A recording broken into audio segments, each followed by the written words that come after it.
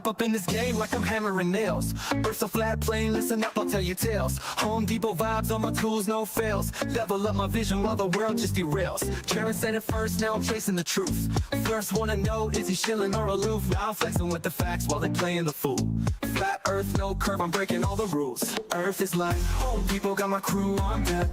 Home Depot, we ballin'. All this knowledge better show respect. Home Depot, flat earth, they saying no way, but we out here grind. Home Depot, motivated, determined, leave the lies behind. Rolling deep through Antarctica, you know what's up. Snowflakes in the air, yeah, we sipping from the cup. Well, Duffy said, trust me, I came out of the blue. Started from the hustle, now I'm building my crew. Wait, I'm stacking up truth like I'm lumber from the store. Got the blueprint, baby, I'm ready for war. See the horizon straight, no dip in my sight. Thug life on the flat, bringing knowledge to the fight. With this line, Home Depot, got my crew on deck. Home Depot, we ballin'. All this knowledge better show respect. Home Depot, flat earth, they saying no way, but we out here grind. Home Depot, motivated, determined, leave the lies behind. So I'm here to break walls, I'm kicking down doors, hash street life, I'm hustling what's mine is ours. A whole new vision, we gon' stack and we gon' rise. With my crew by my side, we defy all the lies. Earth is like Home Depot, got my crew on deck. Home Depot, we ballin'. All this knowledge better show respect. Home Depot, flat earth, they saying no way, but we out here grind. Home Depot, motivated, determined, leave the lies behind. So remember this hustle, keep your eyes on the prize. Earth is flat like a board, like the ones on a 5. We'll build this place together, ain't no mountain too high. Home Depot mindset, we gon' reach for the sky, yeah.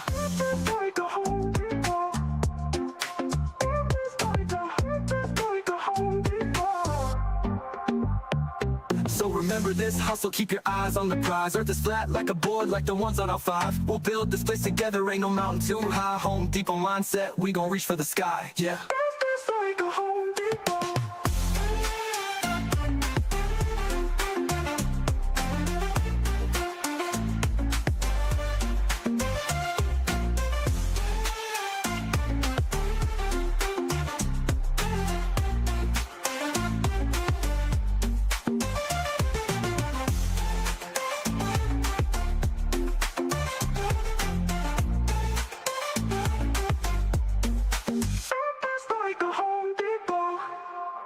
Yeah.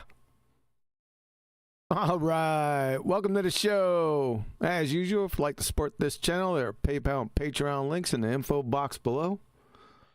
Start on over to Discord, see what's happening over there. What's happening in Discord? I don't know. Am I getting banned? Am I banned? Am I still okay in here? Yeah, you're not banned yet. Oh, that's good. Oh, that's good. We're all good then. Everyone's good if I'm good. We're all good. Did you guys guess the right one this time? Did. I thought you sent us a dummy though, didn't you? You put that little cheeky son up. Nobody else guessed, but I did get it in the room in time.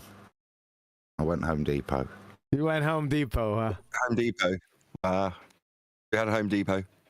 I threw a bogey in there, like he said. I thought that you got, oh no, that's it. And then, bam, I pulled it away from you.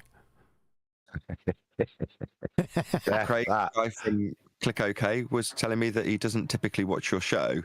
Then by chance it was on, and it was on while Where Is the Guns or Where's the Guns Nathan was playing. Yeah. He was like, oh, I really like this song. He says if that was out in the late 90s by The Clash, it would be a #1 song. So he watched your show as a result of you playing Where's the Guns. Just so you know. Too funny. Why doesn't he watch my show? Just one of those. He just hadn't been subscribed to you. He's subscribed to me. That's all I'm really mad. I did. Nathan just said nana boo boo. Nana boo boo. I did call him Jaren one time. I don't think he likes me all that much. Craig thinks you're great. Nah, you attacked him on the after show one time. Yeah. That's all right. I get over it. I understand. Not everyone's gonna like you, man. You just got to roll with it. It's just one of those things, right? I don't really know what that metaphor means, but yes, I'll roll something. No, a lot of people get how would you say? Insecure about that kind of stuff? I never did. You know, like me, okay. I'm good. I never did worry about the little things. All right, what else is going on? What's that from? I never did mind about the little things. What's that from? Oh, that's a great movie from, oh, man. I could see her face. I'm really going to flow the show by asking what that's from. Yeah, I could see her face. Cutie, too. And they turned into a sniper or an assassin. Oh, boy, that's a... I just can't remember the name of it. It's on the tip of my tongue. It'll come to me.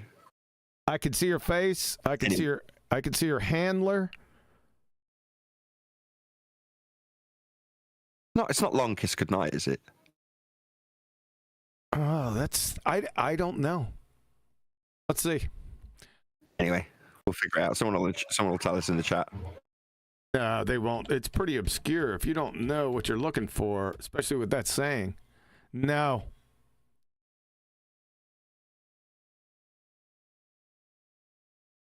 I can't remember. It'll come back to me. I'm a movie buff. I'll remember these things. It'll come back to me. It was. I know that it started out in New Orleans. Damn, that's very useful. Huh? I know it's useful. Thank you. What are we doing today while we're here? Just wait a second. You got me going on this. Is going to bug the shit out of me. Let's move on. No, I don't want to move on. What's the meaning of it all? It was. They sent her to finishing school, and she was from the streets. Oh, yes. I just can't remember the name of it. It was pretty funny. I can even give you a nature's first green is gold. That's the movie. Oh, what's it called? It's got Bridget Fonda in it. Damn. Bridget Fonda. He gets captured and then retrained as an assassin, like MK. Point of no return. What is it? Was it Point of No Return? No. Or La Femme Nikita, maybe. Point of No Return. No, that wasn't it. I know the one you're talking about. Oh, that looks like it. Point of No Return. That looks like it. Hold up. Strung out. Man. Well, then if it is the Point of No Return, it's got a different title in the UK, which is quite often the case. We get movies under different titles here. That's it. Point of No Return. It's a Point of No Return, man. What's that called in the UK? Because it wasn't called that here. A different title here in the UK. Come on, Google. What was Point of No Return called in UK release?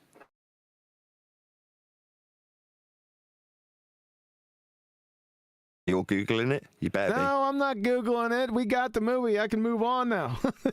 I can't move on because I can't remember. That's not a title that's familiar to me. Yeah, if you get a chance to watch that movie, Point of No Return, it's pretty darn good.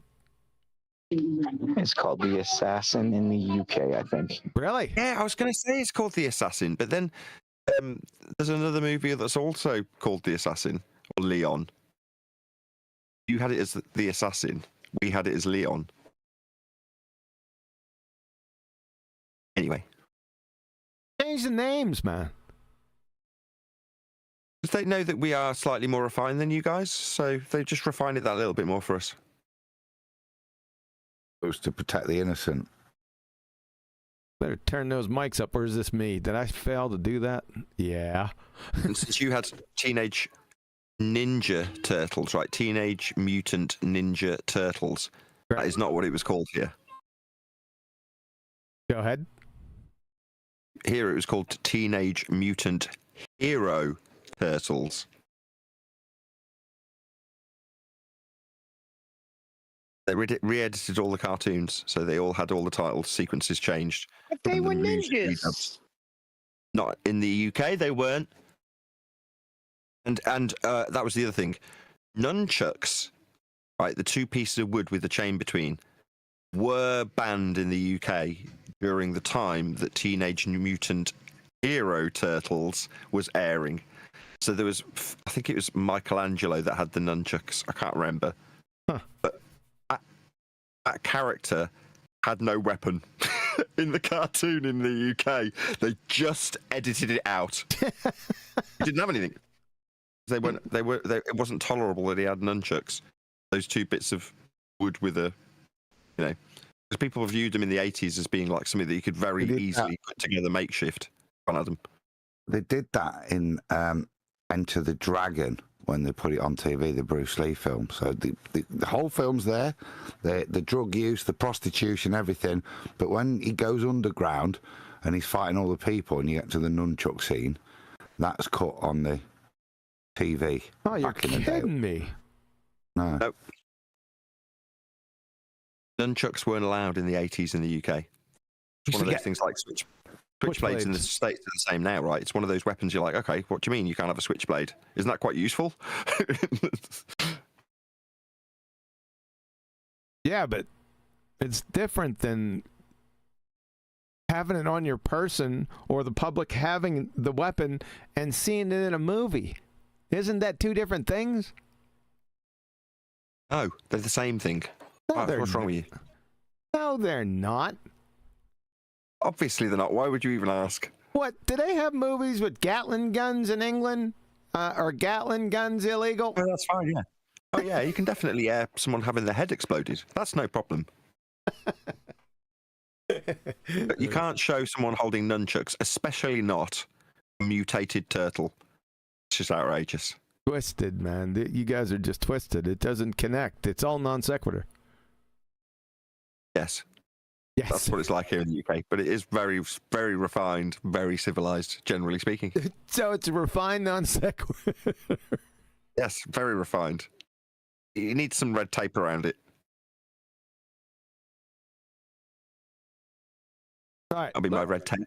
Yeah, we got red tape. Yeah. So let's get to this because we're not going to get done with this today. I guarantee this is going to take about 3 or 4 of them. But I figured I'd go today because there's no Ballbusters next Saturday or Saturday after that. I got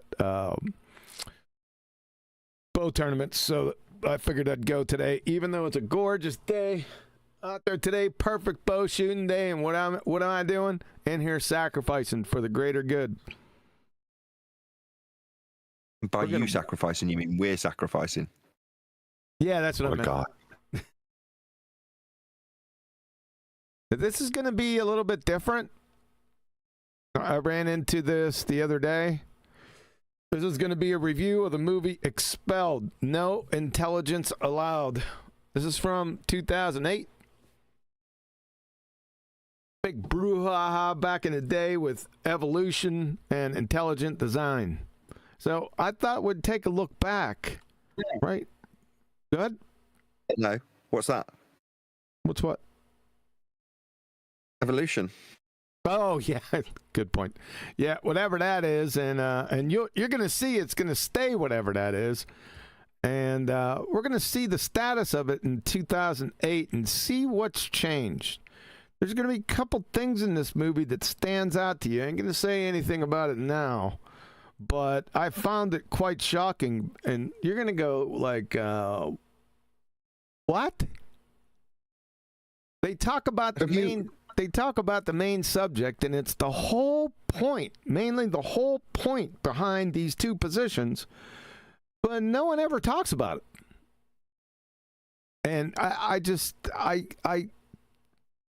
was flabbergasted, gobsmacked. I'm sitting there, why don't you, this movie could have been so much shorter, and the topic so much shorter, if you just bring the topic up and show.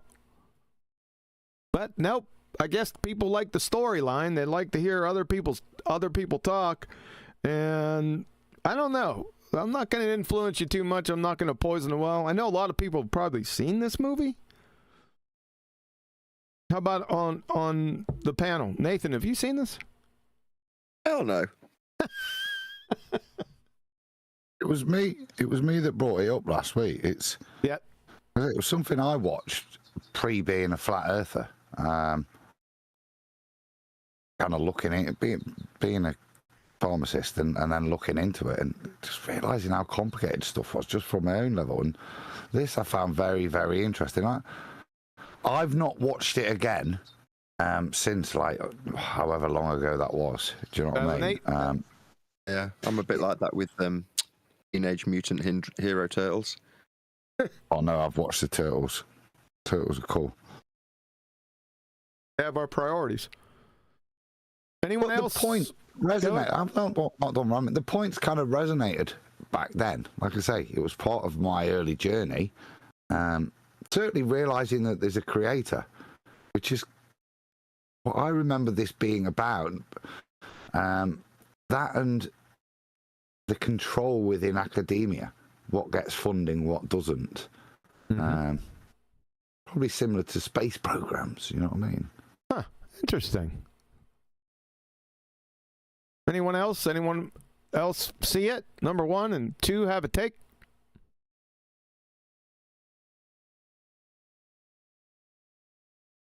Alrighty then. Okay, well, let's roll with it then. No one else has seen it, or no one else has got a mic that works. Does it have nunchucks in it? No, I don't think. I just did a phenomenal job at a quick parallel park, and that was perfect. Jesus, thanks. That's right on topic. No nunchucks then. No. I'd be shot. Watch somebody bring out a pair of nunchucks in this thing. Is there any car chases in it? I don't think so. There might be. Are there any telephone booths in it? Who knows? All right, I'm going to give a quick 5 seconds for a radio check for both Discord and YouTube. So you guys got it in YouTube. Here we go.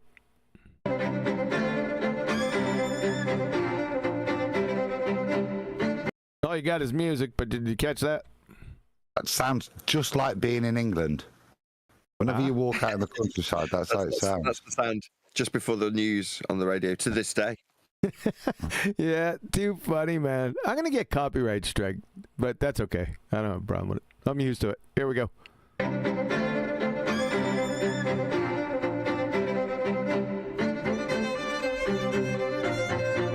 Funny, Berlin. Very interesting. Filmmaker. Rampant Films. They don't have titles like that anymore. I've got a microphone for sale that's made by Horny Phone. This is by Rampant Films. Awesome.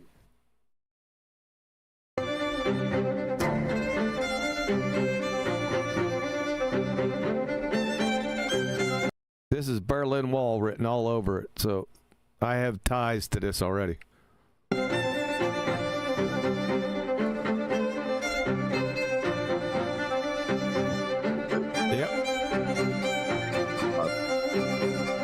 Germany. And building a wall after much devastation.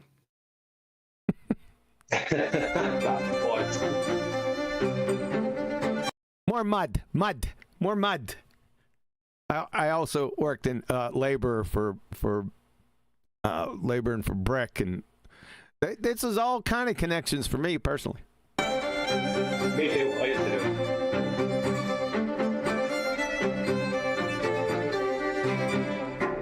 I guess they're using it as a metaphor. That's They obviously didn't have a spirit level back then. That wall is horrendous.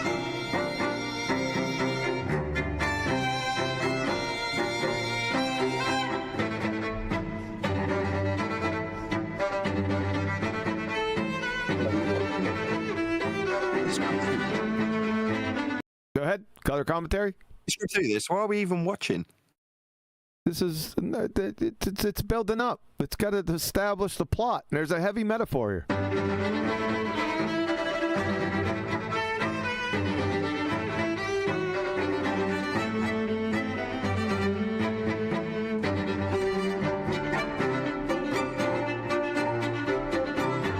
Yeah. Wow. I would not be a good person to go to the cinema with. You see, I'm already lost. What's the plot? What's the characters? The whole point of it, Nathan, is to make you feel appreciative of what you have today and how you have color, televisions and stuff, and how spirit levels exist now. First great was. You know, and there That's isn't what soldiers this is. with machine guns. You know, All right, shut up.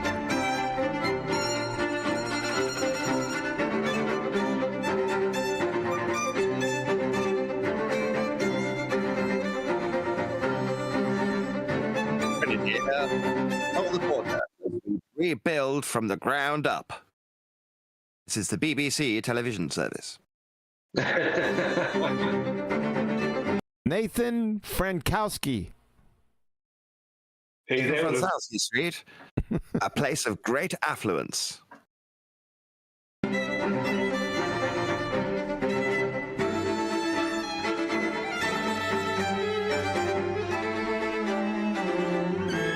As the moment before young Jimmy gets run over by a giant steaming truck.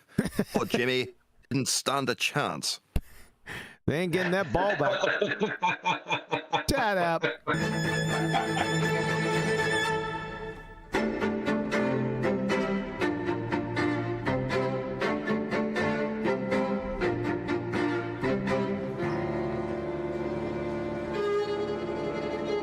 London, 1952. Shut up.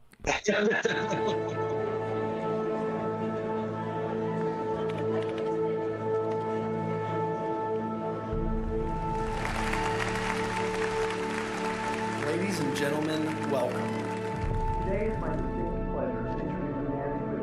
The battle of evolution is only one skirmish in a much larger war. Evolution? What the hell's that? You don't even pronounce it right. Who's familiar? Science simply Yeah, it's Richard Dawkins. You know, Deck. Right. makes no use of This is that Bennett idiot. I recognize him. He's one of the four horsemen of the friggin' stupid apocalypse. Who was it? It was Dawkins, Benton, Sam Harris, and another idiot. So he's one of the four horsemen, four dumbasses. the hypothesis. He looks like one of God. them. I heard him say hypothesis there. Yes. Amazing. That's the first and probably the only time. What?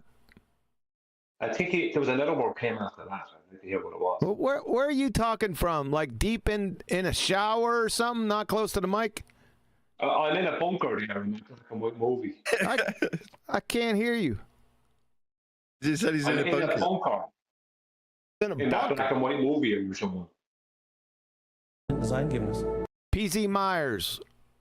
I destroyed this klutz back in the day. Took him apart. He also. PZ Myers? Yeah. Is that who it is? Yeah, that's young. Oh, okay. That's young PZ Myers. I destroyed him back in a video back in the day, and he actually commented on my video.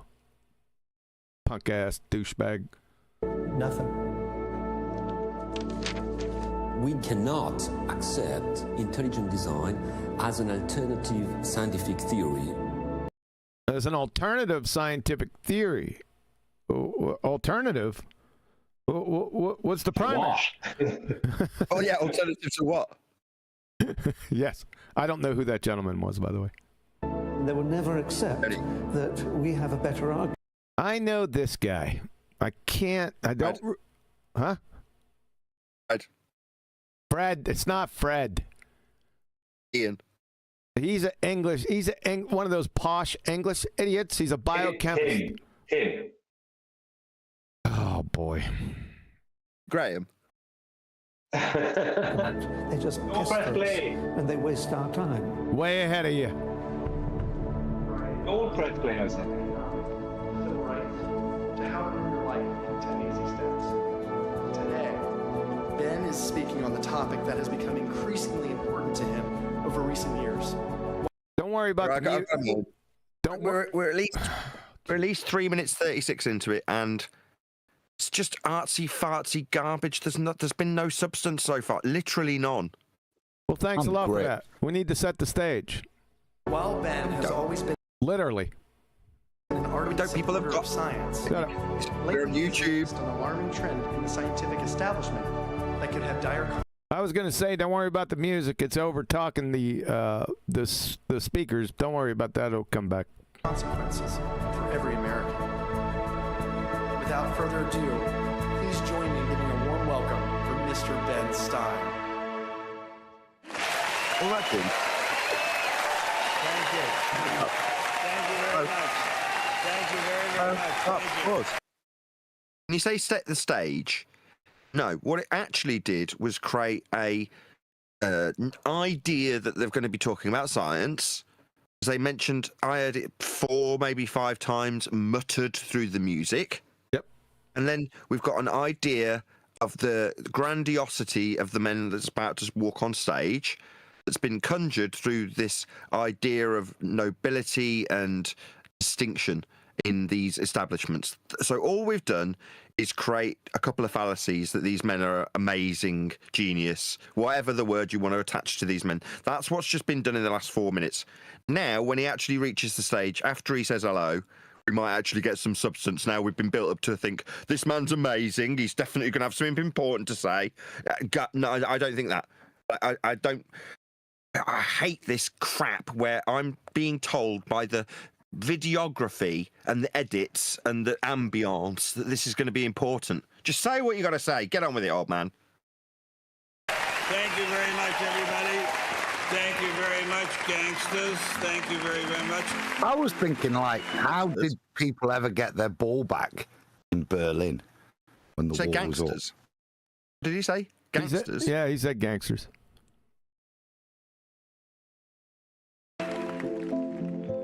Freedom is the essence of America. We're talking about freedom of speech, freedom of assembly. Freedom is the essence of this concept. Is the essence of this country. Just empty nonsense waffle. Immediate empty nonsense waffle. Someone a minute ago said, sorry, go on. Has Ben Stein touched you somewhere? Hey. I just when I get like this after putting on an old school BBC broadcast voice. Anything else? Someone some minute. Go ahead. Someone some minutes ago. Oh my God. Someone some minutes ago. Can you hear me or not? Yes, perfectly well. Okay. Someone some minutes ago. That makes Kiwi a lawyer. Someone some minutes ago stated, right, that they can't handle that we have a better argument. Now, I don't care which side that person was on, because I didn't see what side they were on. Evo-tards. Yeah, well, that means that they don't understand that there is no argument. There isn't an argument. It's not a case of who has the best argument. It's a case of who can prove their position and what is absolute fact concerning reality. They don't have, it's not an argument situation. It's like the pitch data argument. It's not an argument. Certain things are just facts in the story. Yeah, you got it. You're on it. Yep. Assembly, freedom from fear, freedom of religion. Martin Luther King said, America is essentially a dream. And America is the greatest country in the United States. he said it is a dream of freedom and equality, and freedom is the way to equality. And America simply would not be America without freedom. Have some more empty drivel concepts. Show me freedom. Show me. Give me in grams. How much freedom we're going to get? 64 inches. 18.2 love of freedom. 64 inches. Just make that scale up. Freedom. In every turning point in our history, the decision has always been about freedom. Freedom is what makes this country great. Freedom has allowed us to create, to explore, to overcome every challenge we have faced as a nation. But imagine if these freedoms were taken away. Where would we be? What would we lose? Well, unfortunately, I no longer need to imagine. It's happening. We are losing our freedom in one of the most important sectors of society, science. I have always assumed that scientists were free. This is painful. You're laughing. Why are you laughing? Why aren't you frustrated? Why am I the one getting frustrated by this? I don't know. It's right. To ask any question, to pursue any line of inquiry without fear of reprisal. But recently, I've been alarmed to discover that this is not the case. It all began when I met evolutionary biologist Richard Sternberg in Washington, D.C. Richard Sternberg, I remember running him back in the day. He's an evolutionary biologist, but he was poking so many holes in that friggin' imaginary pinata, right? He's a sharp dude.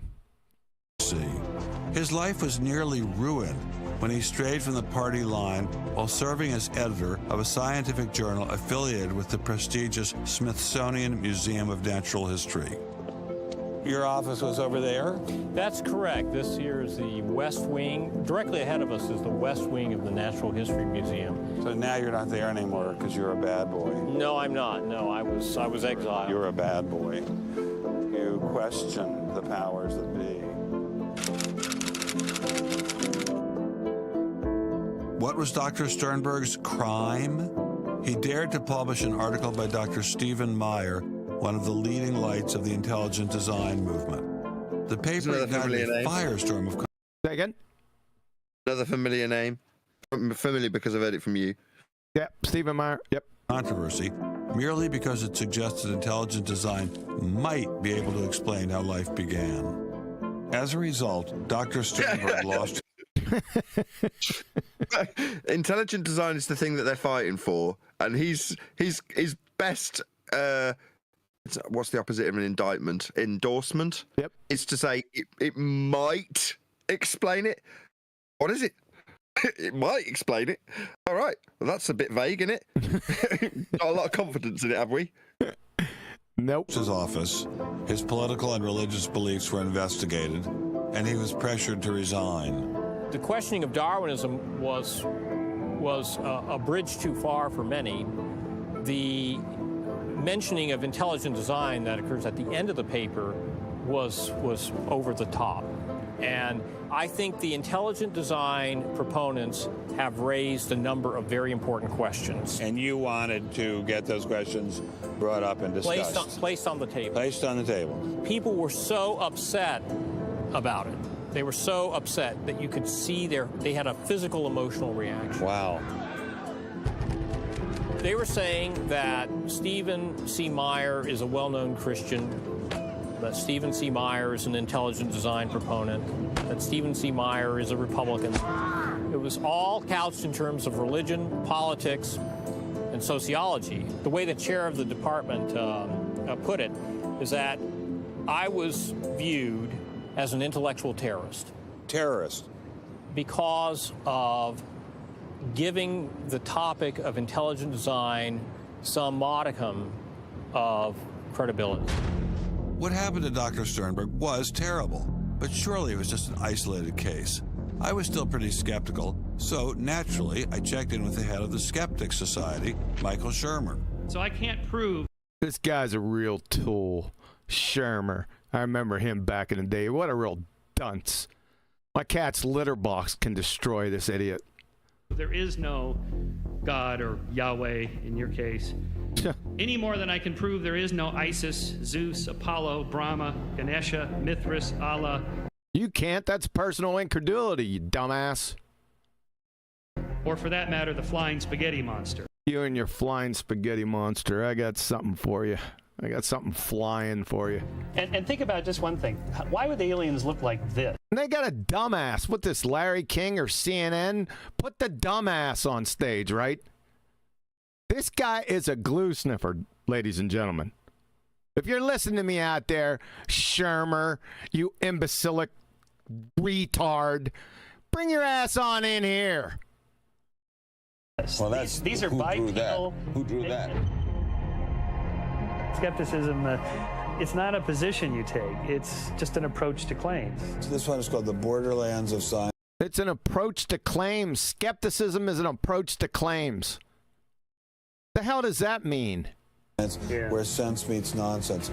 Is intelligent design nonsense? Well, it's unproven. So, and that's... It's unproven. Intelligent design is all over the place, right? It's unproven. But it's everywhere. So that's point one then, isn't it? It is proven. Yeah? That is the main... Is this not premise one? If they're going to work like that.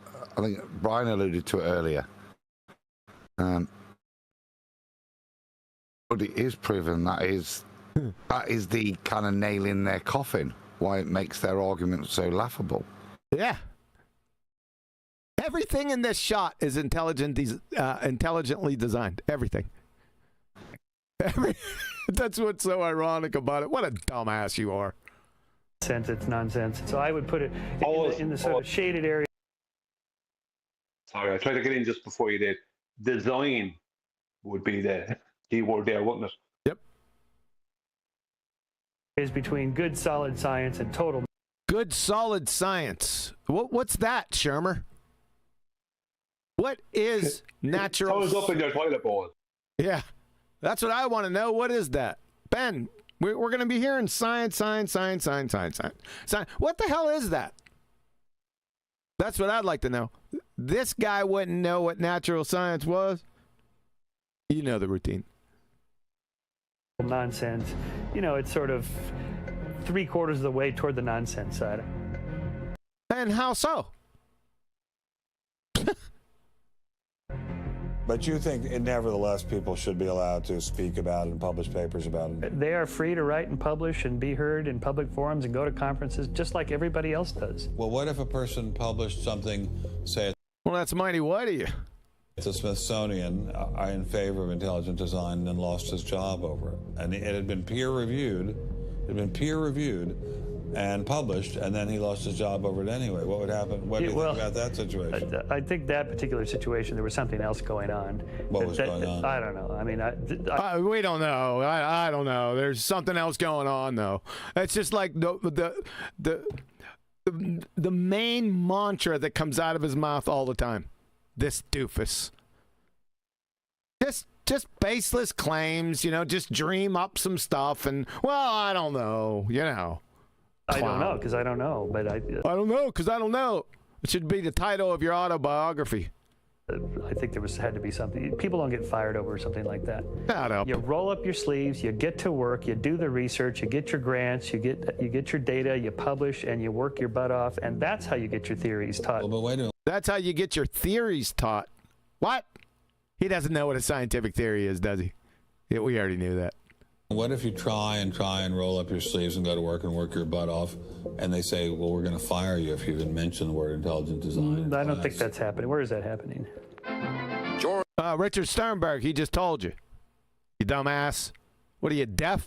George Mason University. Throughout its 50-year history, our mission has remained clear: to prepare a diverse population of students to think and to grow in a climate of unbridled academic freedom. After Dr. Caroline Crocker simply mentioned intelligent design in her cell biology class at George Mason University, her promising academic career came to an abrupt end. My supervisor invited me into his office. He said, I'm going to have to discipline you for teaching creationism. And I said, I mentioned intelligent design on a couple of slides, but I did not teach creationism. He said, nonetheless, you have to be disciplined. At the end of the semester, I lost my job. You must be disciplined. You go first, Adam. What I found funny there was, it's not like I was denying the Holocaust, all right, teaching creation is just as, especially in the States, it's just as applicable and reasonable for free thinkers. Many people hold that same position, don't they? Those dual positions. You don't even just to hold evolution. You get many creation evolutionists that hold a similar position. Very odd. Well, certainly today, it's very odd that you've got this level of control and influence. I say, what's interesting for me is that you can apply it to this, but just think about it. This is how you get people in place. If you only do the right things, only study the right things, and teach the right things, then that's how you keep your job. That's kind of what's being alluded.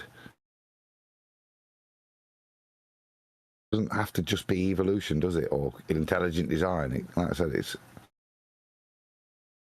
Notice there's a muddled composition being said here. We've got creationism mentioned, right? Just remember that. Put that back in the barn and just hold on to that. So creationism's mentioned. Okay. What does that have to do with anything? Has somebody got somebody else to add, Nathan? No, that's fine. I think that's all. Not only did this well-loved professor... Yeah, just super creation. Somebody else is going to have to read it out. Go ahead, Adam. Even seahorses are the epitome of intelligent design. I don't think any other animal has this ability to possess both male and female organs, or am I wrong in my assessment? I don't know. I'm not a seahorse expert. A sea life centre near us. We just seem to end up going to sea life centres when we go on holiday as well. But nevertheless, every time we seem to see the seahorses, and they're actually out because they're normally quite elusive, they're absolutely beautiful. Thanks for super chat. Dylan Mulvaney. Again? Oh, that's it. Thanks. Professor lose her job at George Mason. She suddenly found herself blacklisted, unable to find a job anywhere. So whenever I interviewed for a job, I would be offered it, usually on the spot. Since this has happened, and since people can Google my name, I'm finding that when I send my credentials, I do get interviews. I get many interviews, but I never get offered a job. I don't tell them about my science sin. How's it a science sin? Science, what's that? We just don't know yet. It's been mentioned a few times already. Was only trying to teach what the university stands for, which is academic freedom. There's nothing to be learned in neurosurgery by assuming an accidental origin for the parts of the brain that we work on. It wasn't just biologists who were feeling the Darwinist wrath. When neurosurgeon Michael Egnor wrote an essay to high school students saying doctors didn't need to study evolution in order to practice medicine, the Darwinists were quick to try and exterminate this new threat. A lot of people on a lot of blogs called me unprintable names that were printed. There are a lot of very, very nasty comments. Other people suggested that people call the university I work at and suggested perhaps it's time for me to retire. I realized when I kind of went public with my doubts about the adequacy of Darwin's theory that... Darwinist theory? What theory? Can you state it? That would be helpful. That would be helpful for your audience, for Ben Stein, for everyone. What is Darwinist theory? Let's get it down on the table. Let's see what we're dealing with. That I would encounter criticism. What has amazed me is the viciousness and the sort of baseness of it. I'm an old guy. I have tenure. I'm academically safe. But the young people and what is happening to them in America right now because of this scientism gulag is really terrible. Apparently, Professor Marks was not as safe as he thought. A few months after this interview, Baylor University shut down his research website and forced him to return grant money once they discovered a link between his work and intelligent design.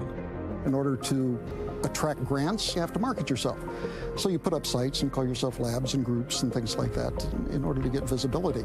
And in my entire experience in academia, I never went to any superior and asked them any permission to put up any of these labs.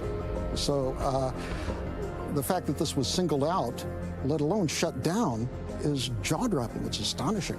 I have never been treated like this in my about 30 years in academia. Shut up, you freak! I say shut up!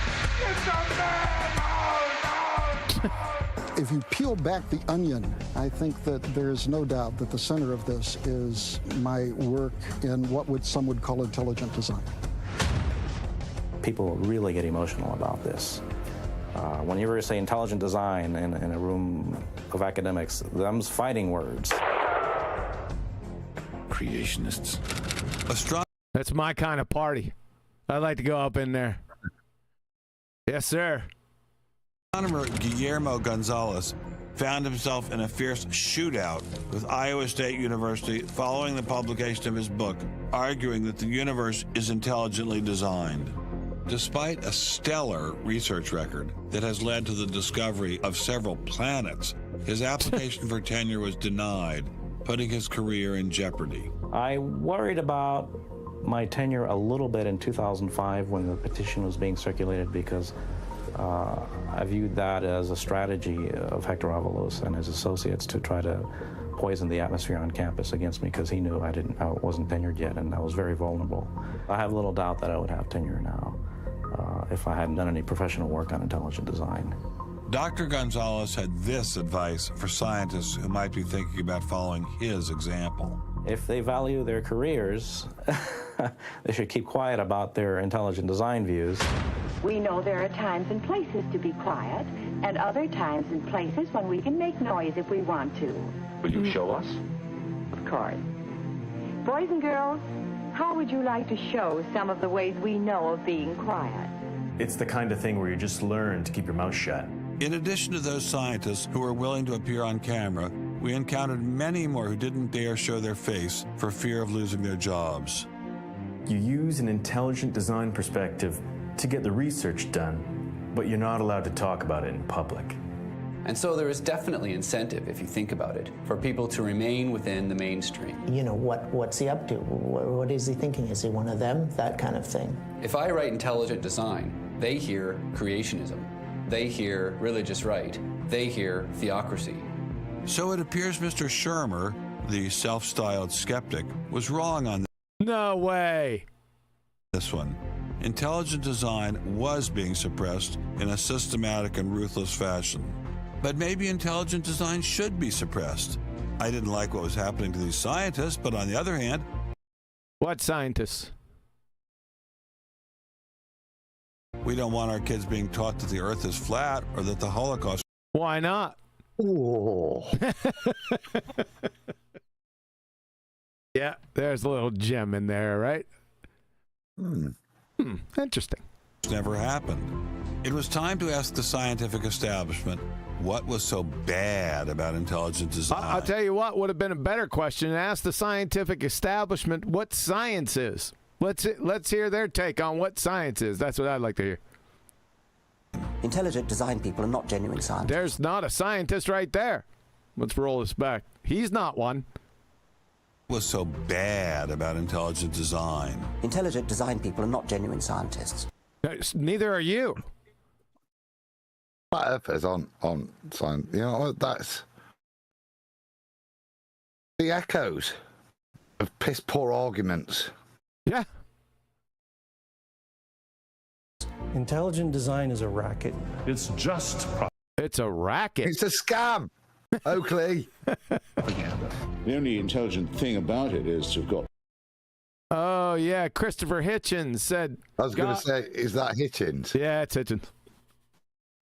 Yeah, he's worshipped by the evotard atheist regime. They think he's like an intellectual god. He's a dumbass cracker, this guy. He's all friggin' posturing and stuff and the way he carries himself and shit. He's a doofus. Yeah. Christopher Hitchens said God is dead. And God said Christopher Hitchens is dead. People would call it that. It's really very stupid. Oh, this guy. Here, let's go back. Intelligent thing about it is to have got people to call it that. The only intelligent thing is you got people to call it that. That's really deep. Thanks a lot, Chris. It's nice, cheap ass ad hom, isn't it? Yep. Again. Yep. Yeah, not dealing with it, just trying to be witty with a strong twatty accent. Yeah. Yep. Which is all he is, or contrarian. Yeah. Now we got Michael Ruse, philosopher of biology. Oh, by the way, not Dawkins. Who was another philosopher of biology? What's his name again? Who wrote the book on evolution? What's his name? Darwin. Darwin was a philosopher of biology. Michael Ruse, philosopher of biology, once stated to the Washington Post that evolution is a religion. It's been a religion ever since the beginning, and that's all it'll ever be. This doofus right here, Michael Ruse. What you got to say, sir? Really very stupid as well. So intelligent design is stupid. How so? Everybody knows science education in America is appalling. Well, I wonder why. What's science, by the way, Michael Ruse? What we don't need at this time is intelligent design. That's what we don't need. The classrooms. To present intelligent design. Put his name up here. I know this English idiot. Unbelievable. Any biochemist that doesn't understand intelligent design has to be an ignoramus worm. This doofus is. What's his name? It stunts their educational growth. It stunts their intellectual growth. But what I don't understand is how these animals could have been on Earth millions of years before man. It's no argument, right? It's just superfluous bullshit. And the Bible says the whole earth was created in only 6 days. It wasn't just the educational aspects of intelligent design that had scientists concerned. Many suspected the movement masked a much larger agenda. Intelligent design is a set of excuses to squeeze creationism into the classrooms. Really? How so? Get intelligent design in the schools today, and we can have school prayers tomorrow. Any other complaints? Can you imagine anything more boring? The boredom attached to ID is I know this guy. Supreme. What the heck is his name? Nathan? What's his point? It's boring. But I think his name's John Pokinghorn or something like that. It is so boring that I can't even bother to think about it much anymore. Wow. Just Flat Earth is so boring. I can't even be bothered to think. This is. It's nice nothing. parallels, mate. I'm not prepared to deal with any of the arguments. I'll just add on it and attack it. Yep. Boring. Love is in the air. Everywhere I look around. You evolved. You'll definitely get a copyright strike if you haven't already. Oh, I'm definitely getting copyright strike. That's just part of doing business today. Love is in the air. Every sight and every sound. It's not science. Go ahead. No? Just fast forward past the music. It's too late. Love was in the air, all right, but none of it was directed toward intelligent design. There seemed to be a lot to hate about ID, and nearly all... What a doofus. You evolved. What's that, love? All of that hatred was focused on one place. The people from the Discovery Institute, the people who are doing the intelligent design, they're all varnish and no product. That's it. Continue that, Holmes. Discovery Institute is a propaganda mill. It's just a color commentary for you PZ Myers, right? Doofus. It's an institution designed to suck in money from religious investors and turn it into a sanitized, somewhat secular version of the creation story to get it into the schools. Creation story? What does creation have to do with evolution? Oh, here's the #1 doofus of all time, Eugenie Scott from the National Center for Science Education. Ran into her a bunch of times back in the day. If they have a way of understanding nature that's superior to the one that we all are You understand nature? Please, floor is yours. making lots of discoveries using, great. Bring it on. Bring it on. All I have to do is bring one thing on, and then you're finished. I'm definitely getting copyright striked over that. You know, worth it, isn't it? That spirit in the sky is going to get me copyright. It's going to be like 25 copyright strikes. We are really, really lost. I think it's on third. I think it's down there. I have no idea where this place is.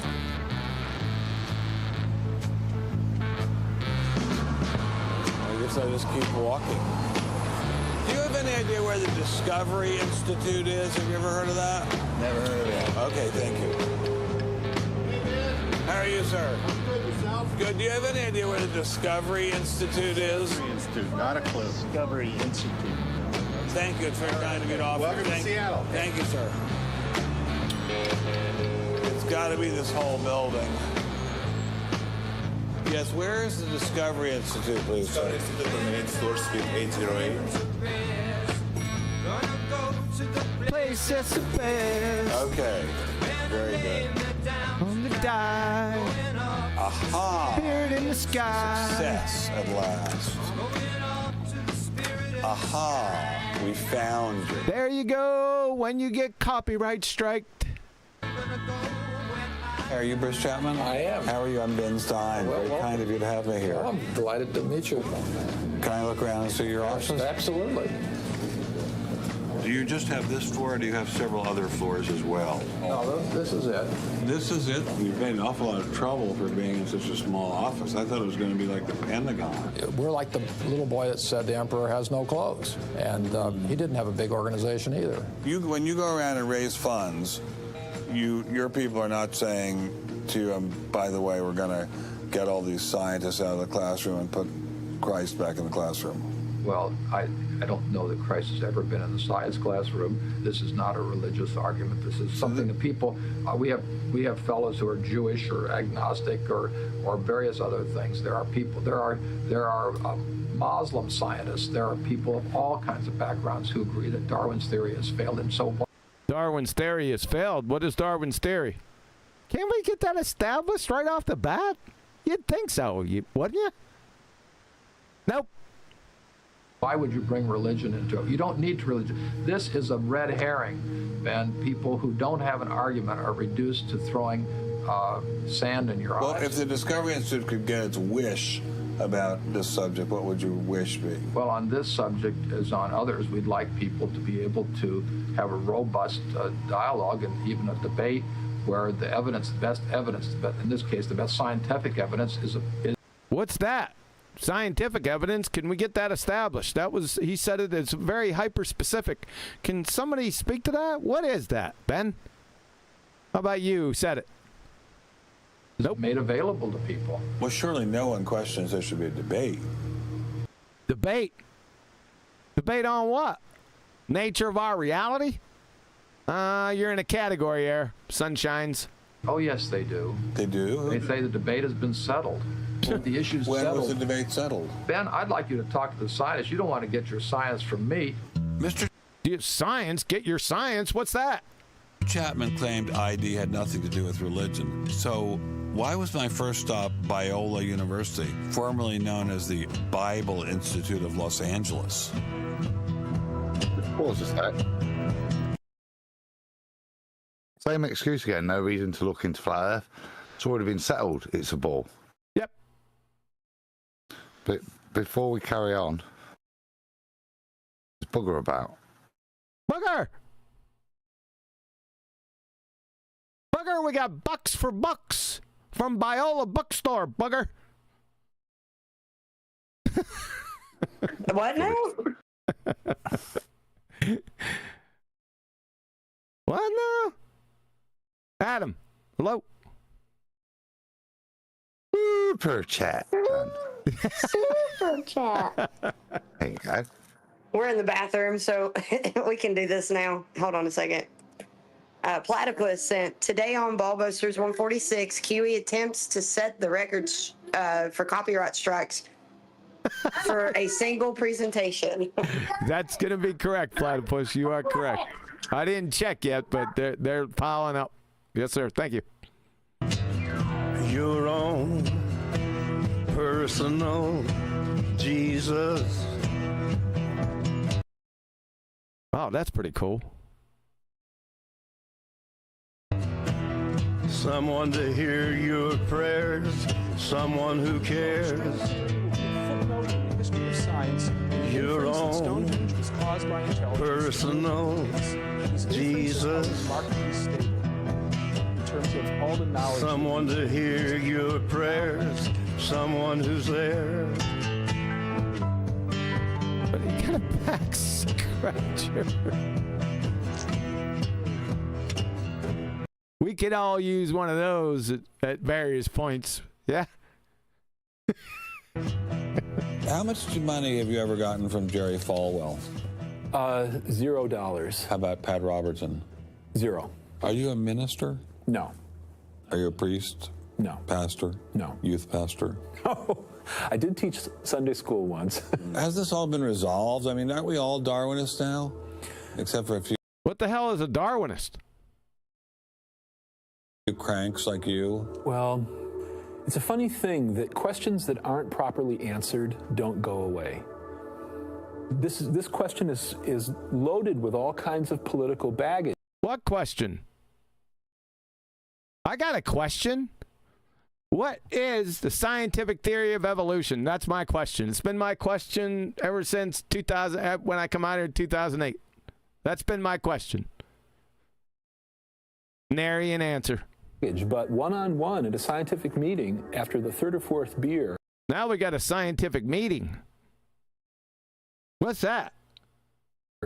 My experience has been that many evolutionary biologists will say, evolutionary biologists, that's contradiction in terms. Yeah, did he just got a lot of Did he just indict with after the third or fourth beer as well? Yeah. So you've got, what a shit house. He's on the good guy side, though, I think. So you're doesn't matter. I know. There really is a debate among scientists about whether or not evolution. See, debate and science and scientists, that you're in a category here. This isn't politics. There is no debate in science and natural science. That's why it was created. My God. Occurred. Well, evolution is a kind of funny word. It surely is, isn't it? Can you define that monkey and then give us the scientific theory? Is it like ha-ha funny? It depends on how one defines it. Oh, very interesting. How one defines it? You mean there's more than one definition? Wouldn't that be a law of identity violation if that were the case? Just a thought. If it means simply change over time. If it means, let me go back. Oh boy. Word. It depends on how one defines it. If it means simply change over time. That change over time? What? You think it might be just a touch vague? How about the second law of thermodynamics? That's my answer for that one. Even the most rock-ribbed fundamentalist knows that the history of the Earth has changed, that there's... Oh, my God. A moron at the beginning of time in a coma would know that. ...been change over time. If you define evolution precisely, though, to mean... To mean what? The common descent of all life on Earth. Common descent? That was debunked in the 70s. What, you freeze-dried or doing hard time, son? Do I have to pull out Dr. Craig Venter from the opposite side to tell you? This is very muddled. Well, go ahead. Because I was about to interrupt anyway. Are you saying go to that citation you brought up the other day? What citation? Which one? The one that talks about from the Big Bang onwards being its... No, we're just right around common descent. You want me to go track that one down? Because that's what. No, but that to me is ultimately like not kicking the can down the road. That's where you have to start your claim from. I'm doing as an evolutionist. Doing it. Yeah, I was thinking. I said, yeah. Should I do it? I don't know where it is. Let's do this. Just while you're looking, just the point being that is a very succinct way of pointing out. You know, you can't just start halfway down your claim. You got to start here and explain it all the way through. I quickly came to it. So, Dr. Craig Venter, atheist evolutionist. Good Lord, I don't know how or why, but there's crazier things. The Grand Poobah of geneticists, the geneticist of geneticists. There is no tree of life. This is common descent, ladies and gentlemen. He's given this talk at Arizona State University in front of about 2,000 people in an auditorium full, the panel full of Nobel laureates, Richard Dawkins, Lawrence Krauss, and when he talks, people shut the hell up. This is what he said. There is no tree of life. It's an artifact from early scientific studies that aren't holding up. So there is not a tree of life. So, like I said, the audience gasped. Dawkins and Krauss turned different shades of green. We need to watch that at one point. I'm not going to do it now. I had my fill of copyright strikes already. So this is just bogus nonsense. Earth from a single ancestor via undirected mutation and natural selection. Undirected. Good. No, you go first. You go. Undirected mutation. Where'd you get genes to mutate first? And that's not evolution anyway. Pierre Degrassi told you years and years ago, back in the early 70s, had nothing to do with evolution whatsoever. You also said natural selection. That's a logical fallacy. There, sunshine. Do we need to go get that one too, or did I do it so many times on this channel that it's already embroidered on people's eyeballs? It can't be done enough. I was going to say you can't do these things enough. All right. It has to be in here. And also, because I got it everywhere. It's got to be in here. Come on. Don't let me down. Natural selection. There she is. Natural selection is a conjured fallacious concept. It's non-physical, immaterial. It has no matter, chemical formula, structure, charge, momentum, spin, or location, or energy. That's what physical means, matter and energy. Millielectron volts, kcals, or kilojoules. Non-physical concepts can't manipulate the physical. Next block of instruction, how to sit down. Then point at a friggin' horse. It's tantamount to claiming the transition between classical and romantic eras, a concept itself, wrote Beethoven's Ninth, or freedom, a concept, developed the battle plans for the Revolutionary War. Can you show us a picture of natural selection? Oh, this is from O'Clowner. How about its location? No. It's a textbook reification fallacy from iep.utm.edu.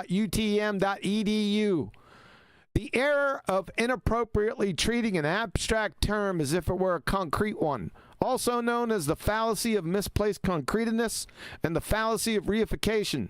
Example, nature decides which organisms live and which die. Nature isn't capable of making decisions. End of citation. Toast. It's a nonsense. Selection denotes choice constraints, which equals decisions. Nature chooses and selects? Really? You need to be institutionalized. Selection. That's textbook definition of neo-Darwinism. No, it's not textbook definition. It's not. I need to see a citation. Oh, you said he said neo-Darwinism. That was debunked. Hold on one second, Brian. Sorry about that. Neo-Darwinism. Oh, boy. I know, I just passed it. I seen it when I was scrolling down. Where are we going? Where are ya? Dennis Noble, that's what it was. Yep. Dennis Noble from Physiology is rocking the foundations of evolutionary biology from the Department of Physiology, Anatomy, and Genetics at Oxford. In this article, I will show that all the central assumptions of the modern synthesis, you know what that is? That's another name for neo-Darwinism, have been disproved. Now, I don't know how you can disprove something that wasn't proven, but there you have it, ladies and gentlemen. Go ahead, Brian. Yeah, I'll just say two things. Darwinism, as they call it, that doesn't deal with the origin of life, sure it doesn't. Am I wrong about that? Depends on who you talk to. Well, Darwin himself, if he was here, within what he wrote, did that make a claim about the origin of life? No. Right. So it's not in opposition to intelligent design then. It can't be. It can't be part of an argument against intelligent design. How can it? Well, evolution, whatever that is, stems from naturalism. So it would be directly against anything from creation. So this, like I said, it's a very muddled picture. We don't know which direction they're going for. Plus, you get too many different definitions of evolution, whatever that is, and it muddies the picture and everyone gets confused. Would be but when they say that, when they say Darwinism, they're talking about what Darwin said. I don't care what they want to try and redefine it as. It is what Darwin said. I'm not interested in what Mary down the road added to it or took away from it. It's what Darwin said. So well, they don't within it. They don't follow. Yeah. Their parishioners and deacons don't follow that in the future. They make up their own shit. Well, that's my point about Mary down the road. I don't care what she has to say, what she wants to add to it or take away from it. I understand that. The point is, when they say Darwinism, then they're speaking about Darwin. And that means when they say Darwinism, they're speaking about him. And he wasn't making claims about the origin of life. So consequently, I'm using Darwinism as an argument against intelligent design is incorrect, is my point. Okay, well, you'd have a lot of blowback. Biologists of the first rank have real questions. But the modern theory of intelligent design is just... The modern theory of intelligent design? What's that? See? Yeah. Even the good guys or the portrayed good guys, they fall into the same rut. No one defines... Good. That guy who's on screen now was in The Mask. I knew I recognized him from a movie. It's Ben Stein. He's in The Mask. You know The Mask? Yes. So he's talking about the faces we wear in an interview that Ipkiss is watching on TV. And he's talking about the many faces in a psychological talk. Then Stanley Ipkiss just copies him and says, the many faces we wear, and then puts on the mask and obviously turns into the mask. Anyway. Thanks for that. Appreciate that. Especially right in the middle of my take on it. Now I forgot what I was going to say. Right? He was in The Mask. I don't care. He said modern intelligent design. Yeah, no, he said the theory of intelligent design. So, like evolution, define these monkeys. Let your audience know. Define your position. What's the position so everyone can see it clearly? You're falling in the same idiot trap that the evotards use. Microwaved. Before you move on. Say again? Before you move on, what Brian was seeking clarity on, it's kind of a good point to me. Well, I'd stand to be corrected, but to the best of my knowledge, like most people back then, he starts out as a Christian, Darwin. By the end of it, I don't think he would say he'd be part of any church or even believe in a standard God. His life kind of deals in blows where he falls away. But in all of his text still, the way he talks about stuff, he won't rule out the need for intelligent design. There need to be some underpinning causation for all of this. So it's a little bit to me like Newton, isn't it? It's Newtonian gravity, something that he wasn't ascribed to him. He's the originator of this nonsense, but a lot of the stuff that is then strapped onto Darwinism has got nothing to do with Darwin. It has to be strapped on because in the beginning with his from his book, it's a nothing burger, and everyone knew it. You're into finches. So we're talking about honey creeper bakes. just to throw in there, just so the audience know, and I actually didn't know this until within the past year, and guess who I heard say it? Jerome Campanella. And I checked it out, and it's correct. the originator of Darwinism is not Darwin. It's actually Alfred Wallace, the surveyor who was humiliated by Rowbotham. Yeah, well, he had some dealings with, well, I wouldn't go that far, but Wallace was in the game. Yeah, but it's funny that Wallace never gets mentioned because he's connected to an embarrassment. Yeah, there was some deeper. Let me, you know what? That's back way back in the day. I'd have to search that up, but that rings a bell to me. Remind me about that, Brian, and I'll get some more information on that. Okay. I don't think that's the case. Creationism, properly understood, begins with the Bible and says, how can I fit the Bible into the data of science? That's eisegesis. That's nonsense. Intelligent design doesn't do that. Good. Intelligent design is the study of patterns in nature that are best explained as a result of intelligence. Patterns in nature? We're not into descriptions, we're into explanations, and those explanations need to be validated by experiment or logically, or both. So intelligent designers believe that God is the designer? Not necessarily. What?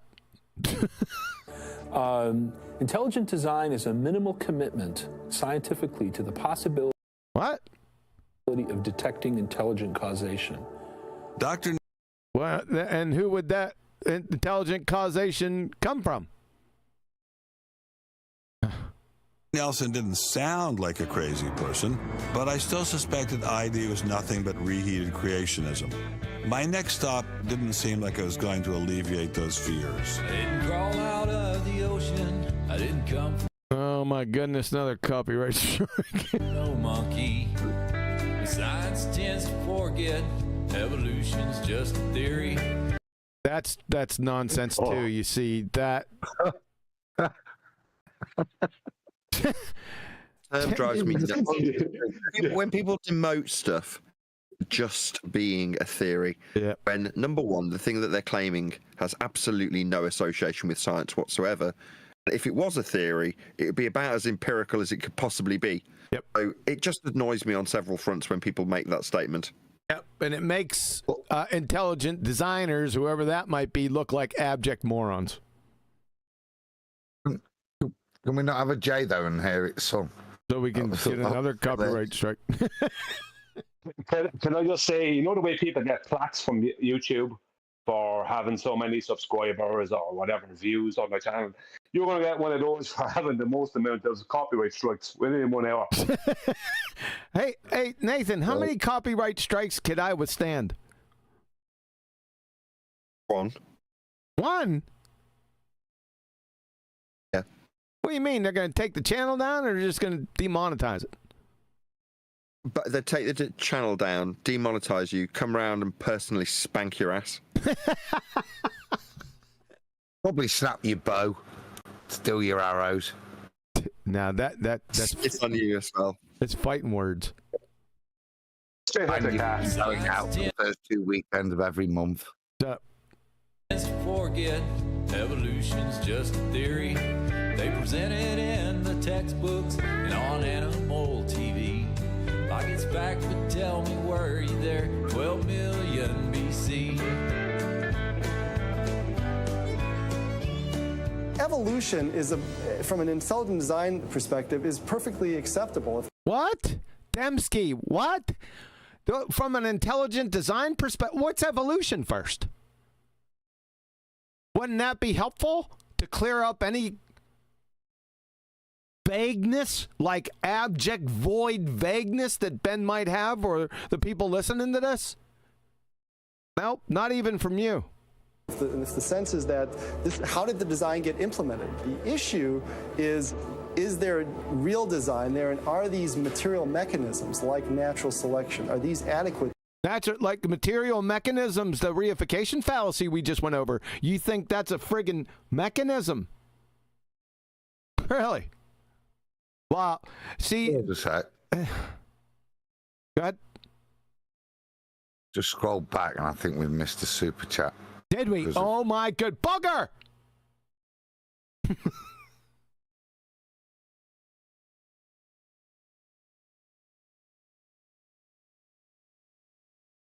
Super chat. Go ahead, Adam. Tony Whitcomb. The problem I have is that the claim is only sea to land animal evolution and not land to sea evolution. They don't even have that theory on the table without evidence of either or. Nice one. They're not up to the Pakistani whale. Nah, I figured that was going to come right into it. I thought I'd let you have that. Thank you, sir. See, but thanks, Tony.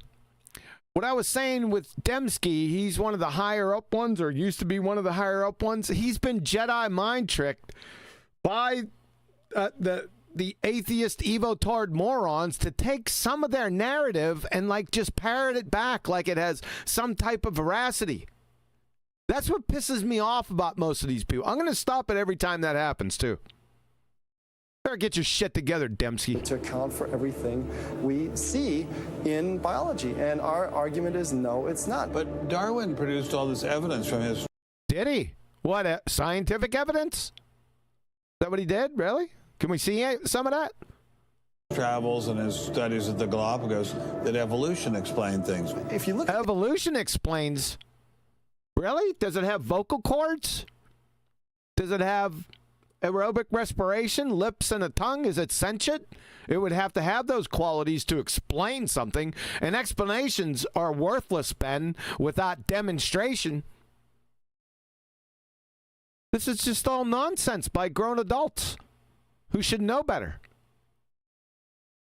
The history of science, people often have a good idea and then they decide just to run with it. And they say, we're going to apply this everywhere. And so Darwin takes his idea of natural selection. The idea of a reification fallacy, that what he's, okay. He takes a reification fallacy, demonstrable reification fallacy, and does what? And says, I'm going to explain all of life with it. I'm going to explain all life with a logical fallacy. That's deep. Isn't there a glaring problem right there, Dembski? What about you, Ben? Looks like you're in a coma state. I mean, physics used to be Newtonian. Now we're getting to physics and Newtonian. Okay. Physics. Newton was physics. Often as well between the explanation word, evolution, and then natural selection. He's done it there.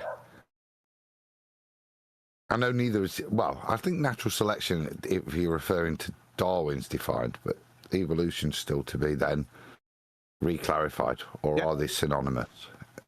Yes, exactly. No one knows. The audience doesn't know. These two geeks don't know.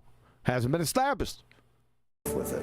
I mean, physics used to be Newtonian physics. Newton was physics. And then you got to look to Einstein, general relativity. You hear that, globetards? Not Newton isn't enough. Well, I think likewise what we're finding with Darwin is that he had some valid insights, but it... Which, like, for instance? It's not the whole picture. And he's supposed to be on the good side. Sorry. Just listen to how I phrased that. He said, like Newton isn't enough. When I hear that, I hear somebody that's predisposed to arguing for Einsteinian gravity being in addition to. Yes, you caught that. Newtonian. Yeah, you're sharp. Yeah. You're a sharp one. I caught it. I was gonna mention something about that, but I figured there was bigger fish to fry. But good on you. Yes, you're correct. I was going to mention it, but then you said, "Hear that, borders?" So I didn't want to go jumping on the top of it. As Nathan did, I may as well throw in that I actually spotted it too. Prove it. A while before Nathan. Prove it. What I'd like to point out is that 22 minutes ago, we were making exactly with regards to Newton,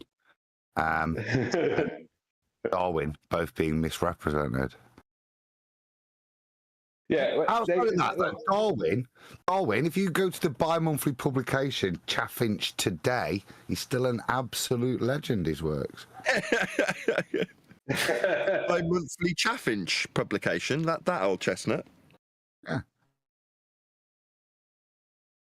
Guess what? I'm getting some disruptions. Just ignore them. Let's carry on. Just carry on as though they're not even happening. That's funny. I'm getting the disruptions on OBS, but none in YouTube. That is pretty surprising. All right, so I'll just carry on. Okay, Darwinism may not be the complete picture, but what made these guys think they had the missing pieces? I put this question to Dr. PhD in History and Philosophy of Science. You're not a scientist. Stephen Meyer, author of the paper that originally got Dr. Sternberg in so much trouble. It's hard to believe that this little town is the headquarters of giant Microsoft, which enabled Mr. Gates to become fantastically rich. Maybe that's what Steve Meyer's doing. Maybe this is somehow going to make him fantastically rich. We'll pin him down like a butterfly on a butterfly board.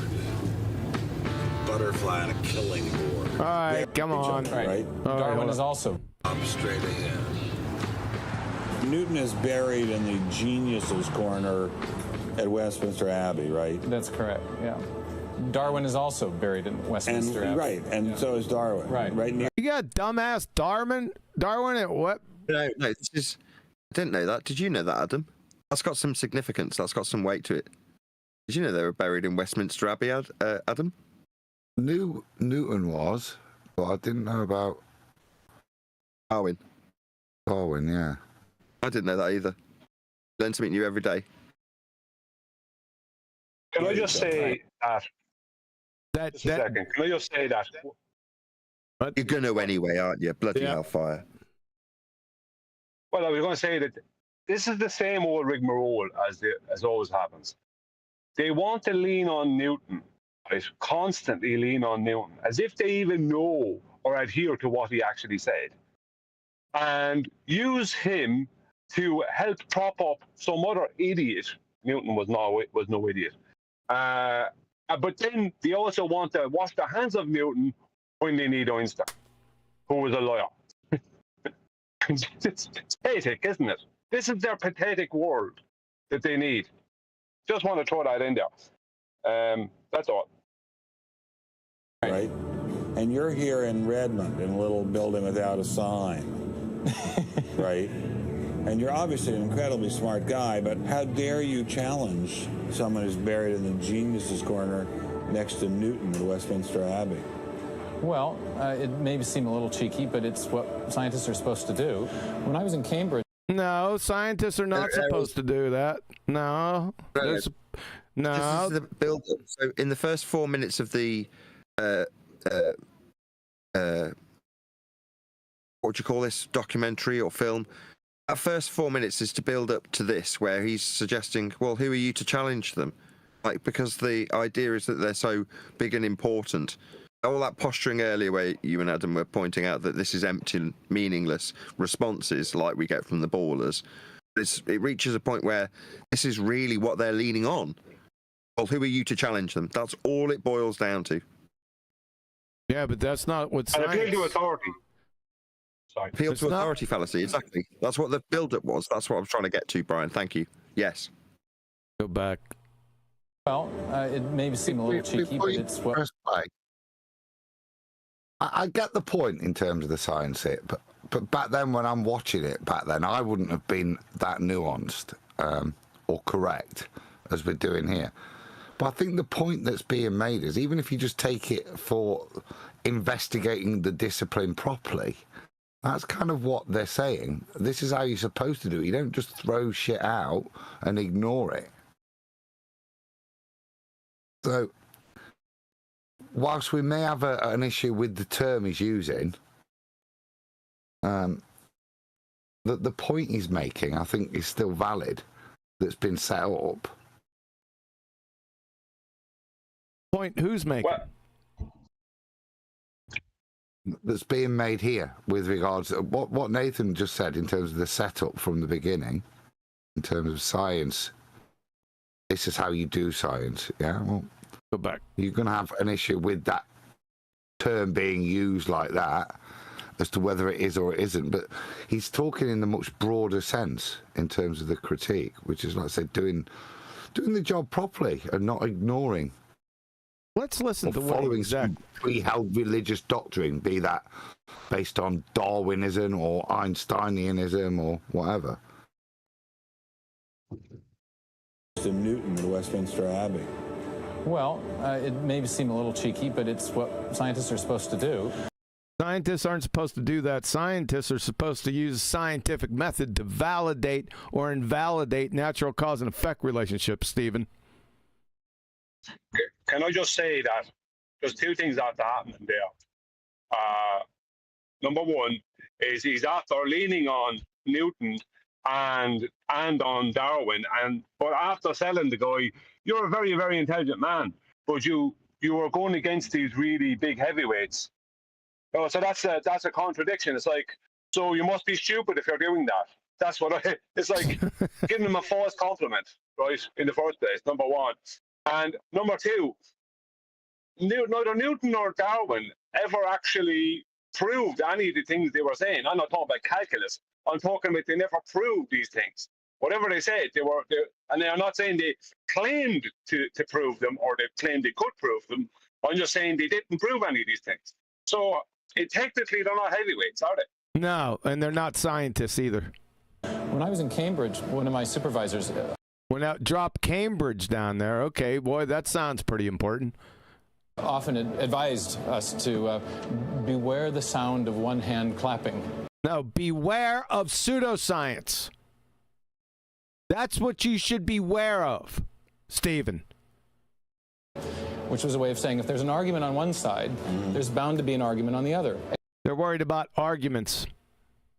And what I found in studying the structure of the argument in The Origin of Species is that for every evidence-based argument for one of Darwin's two key propositions, there is an evidence-based counter-argument. Well, didn't he have any evidence for it? That made no damn sense.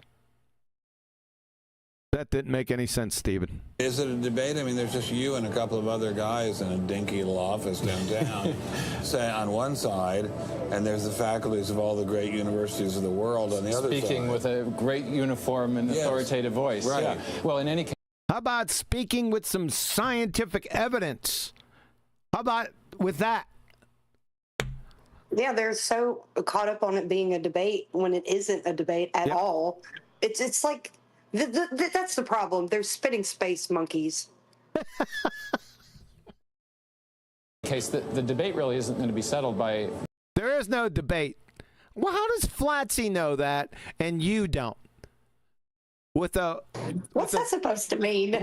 Well, I'm saying he's got a doctorate in philosophy of science from Cambridge, and you know more than he does. And she's just a what? she's just very intelligent girl in Alabama. I'm a flathead, according to I was going to say that. So you'd expect her and him to both know then? I mean, this seems like a very weak comparison now that the flaws have been pointed out. Unless you want to insult Flatsy, you feel free. I don't know what you're talking about. You misconstrued. I don't know either. You misconstrued it as much as she did until I ironed everything out. Now you get it? I love it. By numbers, it's going to be settled by the evidence and the arguments. The evidence, not the arguments, the evidence. And what evidence would that be? That would be allegedly scientific evidence, right? Stephen? Well, yeah, what? Huh? What evidence? While I was still in Bill Gates' country, Dr. Meyer recommended I check in with molecular biologist Jonathan Wells. What kind of names do they call you? Creationist. What? Creationist? What do you say back to them when they say you're a creationist? Well, I usually don't get the opportunity. I would say yes, and so are you. Or be in direct violation of the laws of thermodynamics and quantum mechanics. That's what I would say. Why do I know more than him? Why is that? That's a good question. Is it purposeful ignorance? Interesting. What's at stake for you personally here? First of all, I love science. I think you love science, huh? Like W=mg, love you long time, that type of love? the way Darwinism corrupts the evidence, distorts. What is Darwinism? Corrupt what evidence? The evidence is bad for science. Oh, God. Well, the other scientists would tell you to just shut up if you love science. What did he say? Science everywhere. The evidence is bad for science. Well, the other scientists would tell you to just shut up if you. The other scientists, what other ones? Why would they say shut up if you're doing experiments? What natural science actually is, Ben? See, all this is non sequitur. You love science, okay? Because you're sort of being a bomb thrower into science. I am upsetting the apple cart, and I think it deserves to be upset in this case. Why? Because the evidence is being distorted to prop up a theory that I think doesn't fit it. Prop up a theory? What theory? What theory might that be? And what's the evidence that's using it to prop it up? Would like to hear that. Was Darwinism really that bad? Perhaps a bad non sequitur. Change of scenery would give me a fresh perspective. Another copyright strike. And here we go.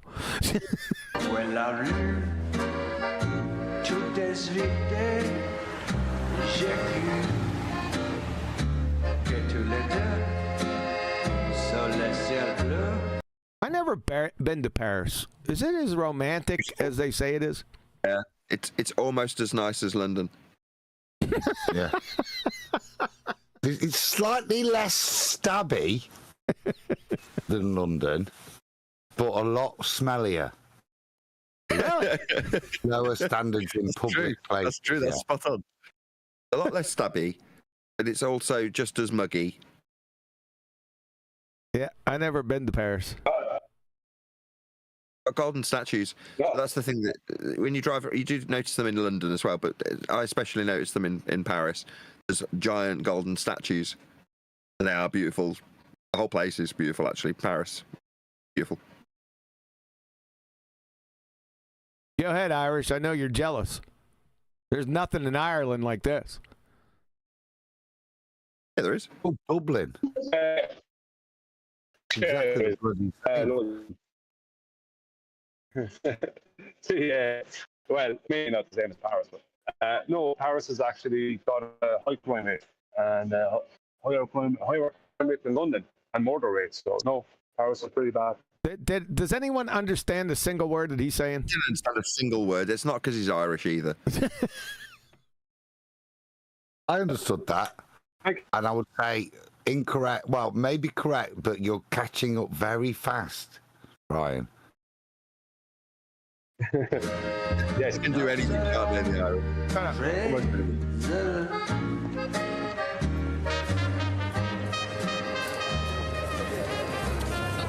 Mr. Berlinski, I assume? How are you, sir? So where are you from originally?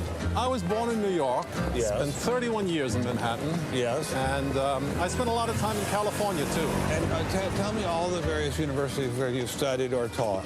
I was at Princeton, then I had a professorship at Stanford, and then I left Stanford, and I taught at Rutgers. I left Rutgers, and I taught at the City College in New York. I left the City College of New York. I taught at the Baruch College. I taught at San Jose. What did you teach at Baruch College? Anything they wanted. Come on in. Think you, monsieur. What an old building. Wow. It's the oldest in Paris. You're kidding. Those garbage cans are sexy. Merci, monsieur. Ah, je vous en prie, monsieur. Merci. Shut up. Wow, this is fabulous. Let's put it this way. Before you can ask, is Darwinian theory correct or not, you have to ask the Is Darwinian theory correct? What's that? Preliminary question. Is it clear enough? Is it clear enough? What is it? So that it could be correct. That's a very different question. One of my prevailing doctrines about Darwinian theory is, man, that thing is just a mess. It's like looking into a room full of smoke. Yeah, it's a shapeshifter. There's nothing there. Then that nothingness shapeshifts. You got it. Is his spine melted? Sit up, man. Sit up. Look at him. On a TV, and he's virtually horizontal. It's his spine melted. Too funny. Nothing in the theory is precisely. But nothing in the theory is precise? Then it's probably not a scientific theory then there, Berlinski. clearly, carefully defined or delineated. So nothing is defined or delineated. Doesn't sound like a scientific theory to me. It lacks all of the rigor one expects from mathematical physics. And mathematical physics? That's a paradox. Berlinski? Mathematical physics lacks all the rigor one expects from mathematics. So we're talking about a gradual descent down the level of intelligibility until we reach evolutionary biology. We don't even know what a species is, for hell. Wait, so he's got all of it, right? He knows. I'm going to say, aren't you starting to like the cut of this man's jib? Yeah. Yeah, but it's convoluted with secular nonsense that he's been Jedi mind trick with. You can see he can peer through the curtain, but then all of a sudden he gets pulled back inside. So far up to this point, he's the only one that's somewhat coherent. For heaven's sakes. So his theory is... Whose theory? What theory? Smoke, but elegant smoke. Elegant smoke? What? We speaking in metaphors now. There's a certain elegance to it, but you know... There's a certain elegance to what? Mr. Spine melted? I think Einstein had the appropriate remark. He preferred to leave elegance to his tailor. A room full of smoke? That certainly wasn't what I was hearing from prominent. Okay, yeah, it's a room full of smoke. Now, you go to those prominent ones and you ask them to define evolution and give you the scientific theory. That's what you need to do. He's already told you, he's already given you a little sniff, right? You should be all over this. What are you going to do? A Darwinist like Richard Dawkins. Evolution is a fact. Oh, boy. Yes, and Penelope Pitstop was Bruce Lee's grandfather. It's a fact which is established. Same Jedi mind bullshit, though, isn't it? Yeah? When addressing flat Earth. The Earth is a ball. It's a fact. Yep. Now. Nonsense, mate. Ben, ask him the questions about the smoke. There's essentially any other fact that we have. Any other fact that we have, like you're a moron. That fact. In science. Richard. In science, you don't know what. Oh, boy. Richard Dawkins is so confident that evolution is a fact. How about what is it, Ben? And that therefore God doesn't exist. What does that have anything to do with God? Shout out to Brian, right? About the creationism, and there's nothing stated in Darwin's book. See, this is all a convoluted mess by grown adults on both sides. That he has devoted his entire life to spreading the evolution gospel. I'm an atheist with respect to the Judeo-Christian God. You're an atheist. That's the dumbest position to ever take. You know let's go into the three numpty pillars of atheism. How about that?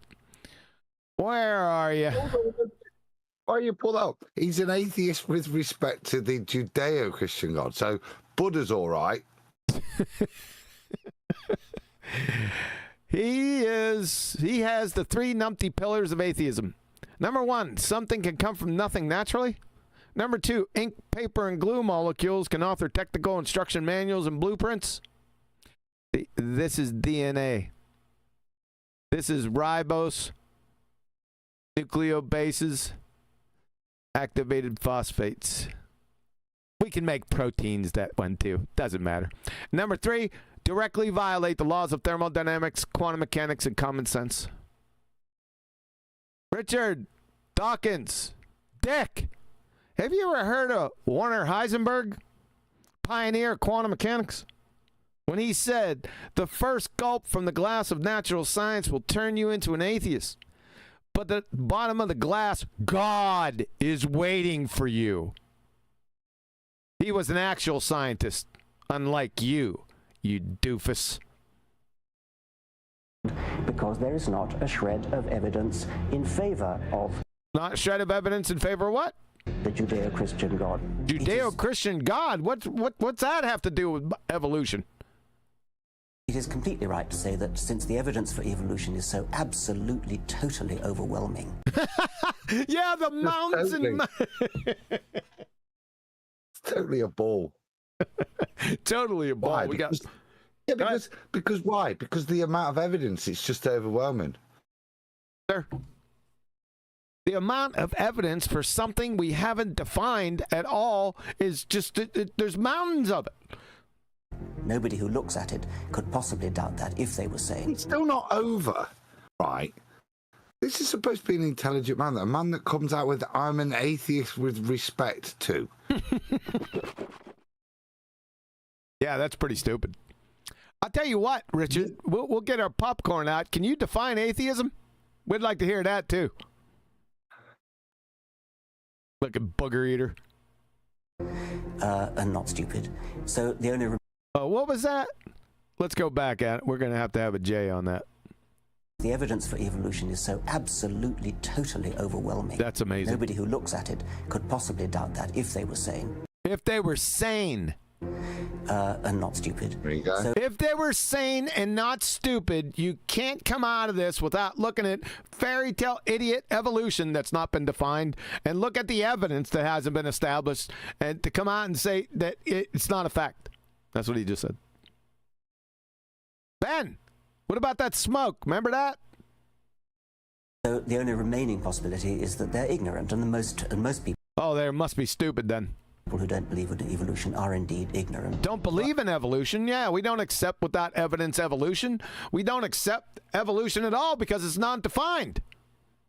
But the people I spoke with weren't ignorant. They were highly credentialed scientists. So there had to be something else going on here. No. So you think the whole theory of evolution is what? The whole theory of evolution, what's that? False, or just certain parts of it? Well, again, evolution is a slippery word. I would. Oh, another one that's caught on to it. It's slippery. Okay. Say minor changes within species happen. Is that evolution? But Darwin didn't write a book called How Existing Species Change Over Time. How existing species? What do you mean? Just a pen? All you have to be is a secretary and just change what species are? He didn't say that? Okay. He wrote a book called The Origin of Species. He purported to show how this same process leads to new species. In fact, leads to new species? Well, they could just make it up.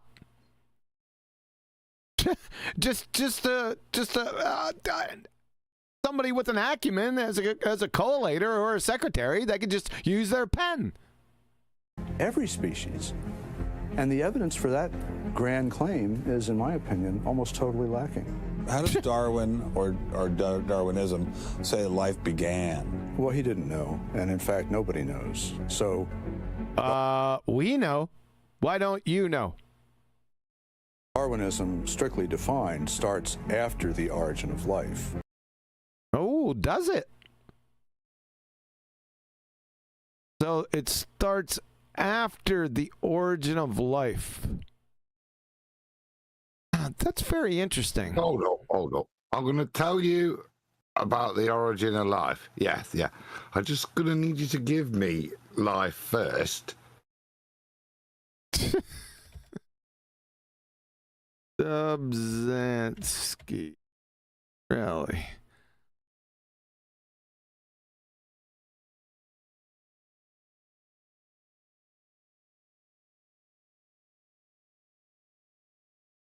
Well, I thought it was going to hit it right at the top.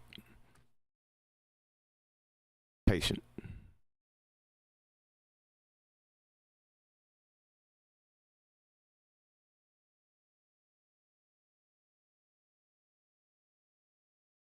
Oh, so.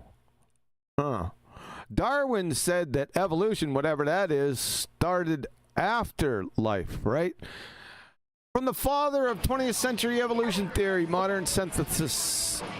Again, background noise.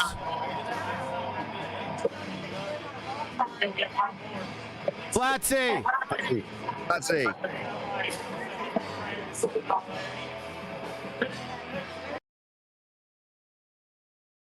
So, back to the regular scheduled programming.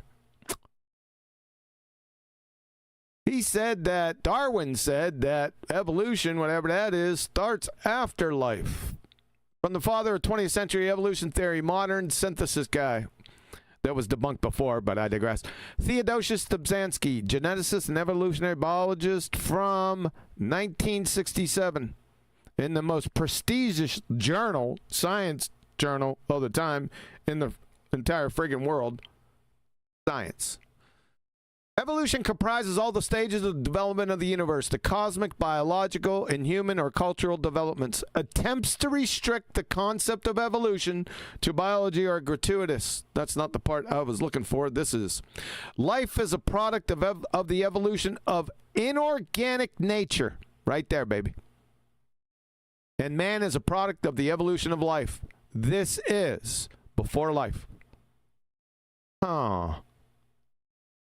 That was the quote I was after earlier. Ah, it was. Where's Kirkut? Not just because the guy's name's Theodosius. It is a wicked name. I love that name, by the way. Theodosius, tea time. Get your knickers in here, Kirkut. Let's see if we can get them both at the same time. I usually have those guys connected. Oh, natural selection. Like I said, it's everywhere. There we go. So Theodosius Dobzhansky right here states that it was before life. And Kirkut, the general theory of evolution, whatever that means, from 1960. Yeah. The theory that all living forms in the world have arisen from a single source, which itself came from an inorganic form. Uh-oh. We got a rooster in the hen house. Why would Darwin say it came after life and these people are saying, no. It started from the beginning. That's interesting. And deals only with living things. Well, how can there be a theory about life without a theory about how life began? How can there be a theory about life? A lot of theories and a lot of science floating around here. Haven't heard one just yet. Well, a grand overarching evolutionary story, of course, does include the origin of life. But Darwin's theory does include Darwin never had a theory. Doesn't begin until you have the first cell. So Darwin's theory, that's not a scientific theory, but others have a story. Is he a bit confused? Isn't red flags going up everywhere for everyone else? Is it just me? Well, does someone have a theory about how life began? Does someone have a theory? Just pause there. Yeah, go ahead. I'm going to take a small little break. Well, get to some me, pineapple. that's the bit. Oh, what? Pineapple? Yeah, snatch some pineapple up. Hold on. Go ahead. Just that bit there. I wasn't critiquing him there. He was kind of explaining or it's like defending Newton. Don't ascribe it to me. And he's pointing out what was ascribable and where Darwin suggested stuff started from. He doesn't, like I say, when I've seen it, I've never seen him deny a creator. He just tries to put it into this mechanism. Just again, I didn't think that was a bad thing. I thought he was just saying don't misrepresent what Darwin claimed. He didn't go before the first cell.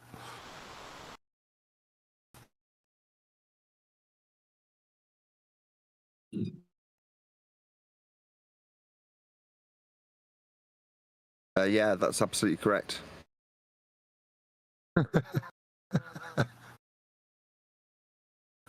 Yeah, but as I said, Adam earlier, well, not I said, I asked the question. I suspected that he hadn't made any claims about. Someone's off mute again. Says that's flatsy. He didn't make any claims about the origin of life, did he? So, them trying to use him in that context is naive, isn't it? Very like get your own do it, isn't it? He's asked all conspiracy cats. I'll give you that elevation angle. But, yeah. Yeah, You have that. I give you that. Yeah.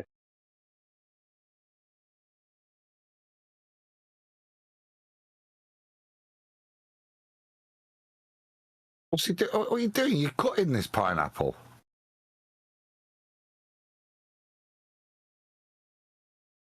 Maybe not. Did Quantum Eraser excuse himself, or is he relying on us actually just covering for him when he's run away unexpectedly? Yeah. He's looking for us. Excellent. I'm glad this is a subject dear to my heart, so I can fill in so effectively. You'd have had to have been listening, wouldn't you? Rather than making a coffee or something. I have not been photographing microphones. How dare you even accuse me of that? Yeah. You left your camera on doing it.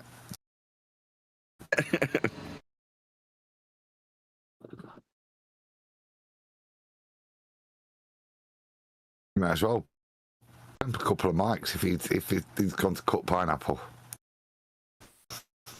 Well, this whole thing, this thing we're reviewing here tonight, it really shows just how even the opposing side to what they call Darwinism, right, as their argument, the opposing side, just like James Tour in last week's and the week before when we were, last week's video, it's like they're making apologetics and joining in with the nonsense of, the Darwinists. You know what I mean? They're joining in with all the nonsense and using all the terms connected to science incorrectly, and just it's a whole hodgepodge of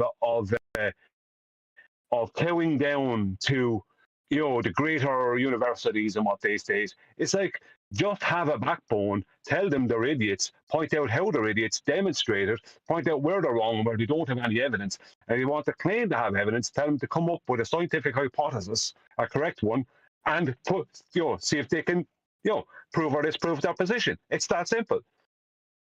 But that never happens. It's always a lot of, there's an argument. It's the same thing with the flattened globe. It's given the impression that an argument exists. There is no argument. Everyone knows instinctively the Earth is flat and stationary. Everybody knows this.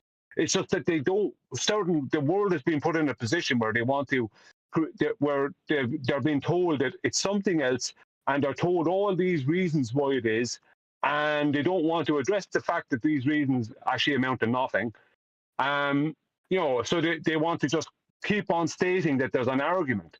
There isn't an argument, right? It's flat and stationary. The same way as there isn't an argument biologically, right? Or to do with the origin of life. There's no argument there. It can't be argued with. But you can create the impression of an argument and have learned types like this guy here or James Tour cow down to people, at university level or in a university during a lecture. Just state what it is, and the hell with what blowback you get. Like my personal thought on Craig Venter is that he actually promotes himself as being something that he actually isn't, and he does it because if he didn't, he would be unheard of. Because that's what they want to do to people who go against their paradigm. If Craig Venter said there's definitely intelligent design and this, nobody would have heard of him. You know what I mean? Who'd hear of him? Who'd know of him? Nobody. He has to go along with that rubbish. That would be my opinion. My opinion would be that he has to go along with that rubbish to get grants and to be able to lecture and all the rest of it. He's probably hoping, very likely, that the people see his work and take from it the truth that is in it. That's why he so easily got rid of the Tree of Life. These people want to live in a paradigm of BS, and they want you to live in that same paradigm.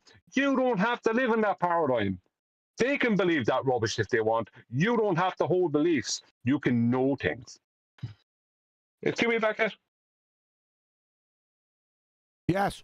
I'm eating them. He is. Okay, Adam, we need a part 2 to that. Off you go.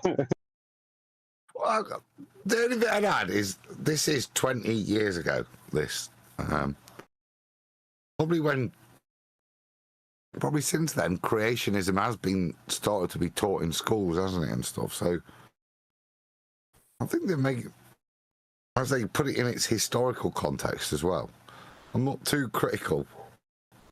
Not like we were last week, like you mentioned with Dr. Tor. It's very current. These guys are like brave making a point, aren't they? Or just unlucky and lost their job. Blatsy's still off, Moot. Just to let you know. All right, we ready? All right.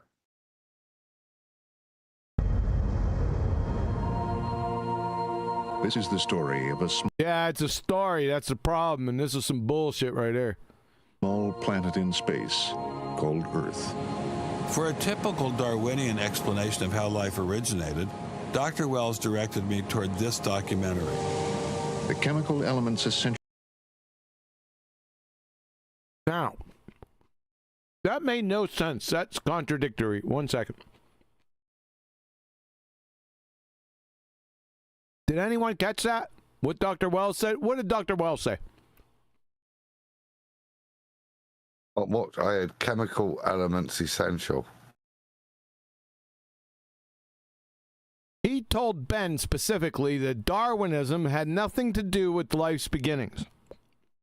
What did this just say? Listen. Called Earth. For a typical Darwinian explanation of how life originated, Dr. Wells... On how life originated, Dr. Wells told you that Darwin never said anything about that. You see where I'm headed here? Directed me toward this documentary. How could he direct you towards this documentary when he said Darwin never ever even said anything about it? It's mind-numbing, contradictory horseshit, Ben. Oh, yeah, that was when you left for pineapple, wasn't it?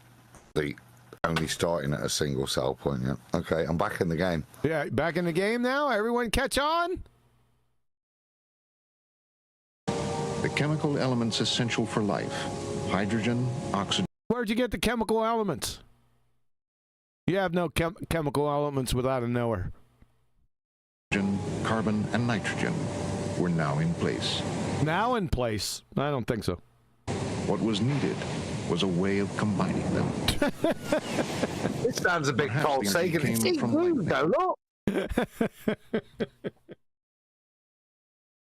That's all we need is a little bit of lightning. Bit of energy or a volcano to throw it all in. Or a volcano to throw it in to caramelize it. Excuse me?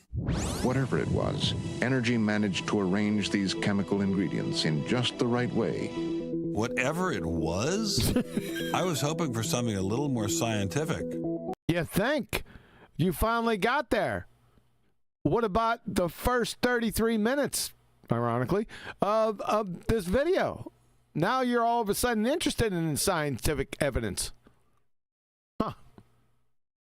More contradictory horseshit. The most popular idea has been that life emerged spontaneously from primordial soup. Oh, that looks pretty good. That's the best primordial soup I think I've ever seen. In 1953, Stanley Miller mixed water, methane, ammonia, and hydrogen. American primordial soup. Yeah, well, you got Stanley Miller doing it. Isn't he an intelligent agent? You look at that lab equipment. Now that's a setup. That's a setup right there, boy. That's right. So here we go again. That is doing science right now. Yeah. Who's doing it? An intelligent agent? Yeah. I don't care. I'm just impressed with the glasswork. Simulate the early Earth's atmosphere. He's trying to simulate the early Earth's paradox. What? With the containers? Yes. Yeah. Yes, with a whole boatload of containers, yes. He ran electricity through it in an attempt to jumpstart life. Then that would be an intelligent agent, Ben. Hello, McFly? It didn't work. While the initial It didn't work. results seemed promising, 50 years later, most serious scientists have abandoned this approach in favor of alternate theories. Alternate theories. Prominent Darwinist Michael Roos attempted to explain one of them to me. Attempted to explain. Can he explain the religion of evolution? He wasn't kidding. How did we get from an inorganic world to the world of the cell? Well, one popular theory is that it might have started off on the backs of... It's a popular theory now. Now we have popular theories coming into science. crystals. Hold on, I'll give you the whole thing. Sorry about that. From an inorganic world. Just, we didn't, I didn't hear him. To the world of the cell. Well, one popular theory is that it might have started off on the backs of crystals. I went with turtles. Yeah, I'm rolling with porcupines. Both of those are more intelligible because at least they've got backs. Molecules piggybacked on the back of crystals forming, and that this... Look at him! What a moron! Led to more and more complex. But of course, the nice thing about... More and more complex, that's a sentence fragment. You don't know what complexity is. You have no idea. Crystals is every now and then you get mistakes, mutations. And mutations of crystals? that this opens the way for natural selection. Hold on a second. It opens the way for natural selection. This some bitch think that natural selection... This is so stupid. He thinks that natural selection is at work before life. Even though it's a logical fallacy, even in their own paradigm, that's as booger-eating dumbass as you can get. Go ahead, Brian, while I find my guy that's going to just destroy this. Popular theory, wouldn't that be an appeal to consensus? Sorry, I couldn't come off mute a few minutes ago. Consensus would state... Go ahead. That's it. It's an appeal to consensus. I mean, that's all it is. Popular theory. That would be a colloquial theory that the consensus agree upon, which means absolutely nothing. The consensus also agree upon a lot of things, but that doesn't make it correct. At one time, the consensus agreed that Baywatch was a good show. It was shown to be rubbish. Man, I can't remember the scientist's name. Son of a... All right. Jeez, oh man. Pamela Anderson, PhD. It's not Pamela. Selection. Oh my God, where do I got this at? This is some old stuff too. I don't know where I put it. Off. What? Off. What the hell are you doing? What about David Hasselhoff, PhD? Oh, shut up.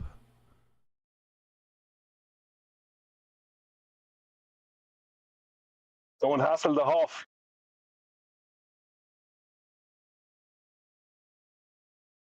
Like I said, this is going to be old, and I can't remember his name. I might not be able to find it. Dwayne The Rock Johnson, PhD? Shut up. Oh, I must have come off mute at some point. I'm sorry. No, it was no trouble at all, Pat Flatsy. Absolutely no trouble. Don't worry about it, Neil. I don't believe you're sorry at all.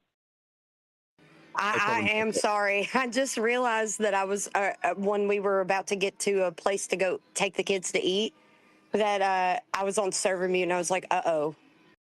There it is. Telling us chocolate. It's really, we appreciate it. There it That's is. what someone who's not sorry would say. All right. Thank you. So I found that... somebody that's not sorry would say that they're sorry. Good grief, Brian. You done? I apologize for Brian. You done? Got it all out of you? So, Mr. Michael Roos, dumbass cracker, talking about natural selection before life.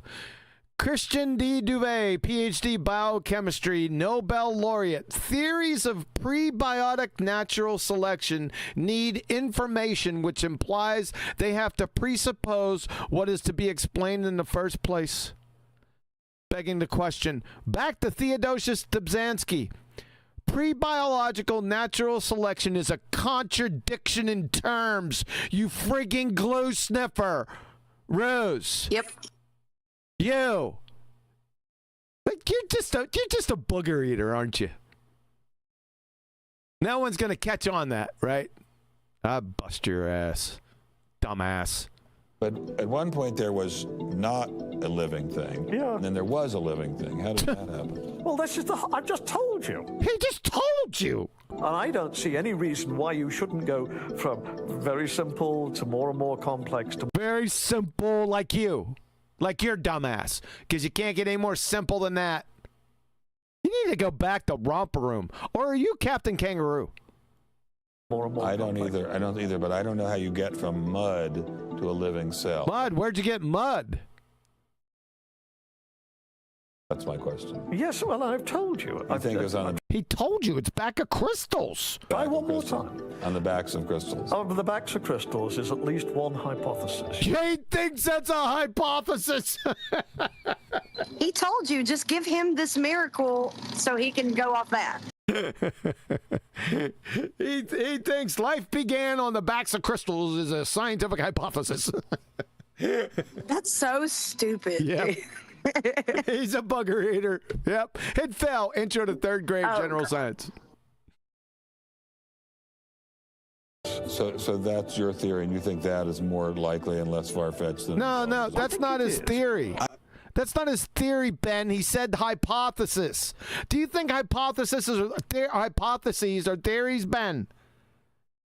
Like I told you, it's all convoluted, garbled gibberish, ladies and gentlemen.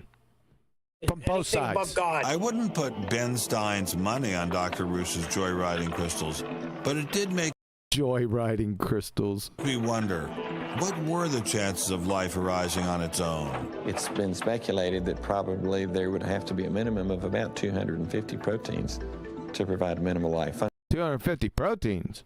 Really? Where'd you get carbon? Are those alpha carbons?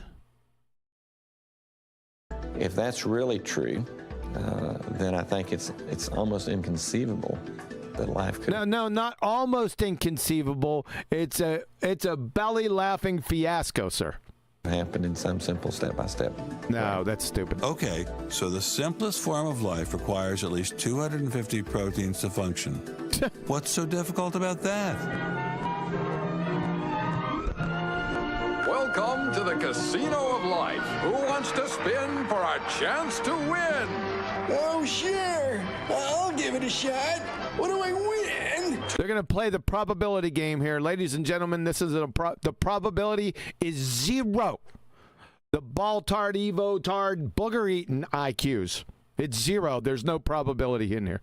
That's where these secular idiots on the intelligent design side got Jedi mind tricked by people saying it over and over and over and over and over again, right? They just subsume all the Jedi mind trick horseshit into their fairy tale story. It's on both sides. Take a look at this. How about the world's first single-cell organism? This perfectly aligned string of proteins could be yours. Now, take a spin.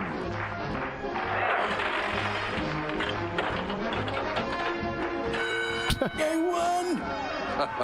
Tina, tell him how many times he needs to do that to win the prize. 250. That's right, folks. That's some bullshit. 250 for the 250 proteins? No. That's just, it's remedial retard nonsense. My God. And all in the correct order. But that's impossible. Hold on, they just showed it. Heard that before. Did you show it? Just they had a couple of frames of showing the exponential factors that each one coming into existence multiplied by the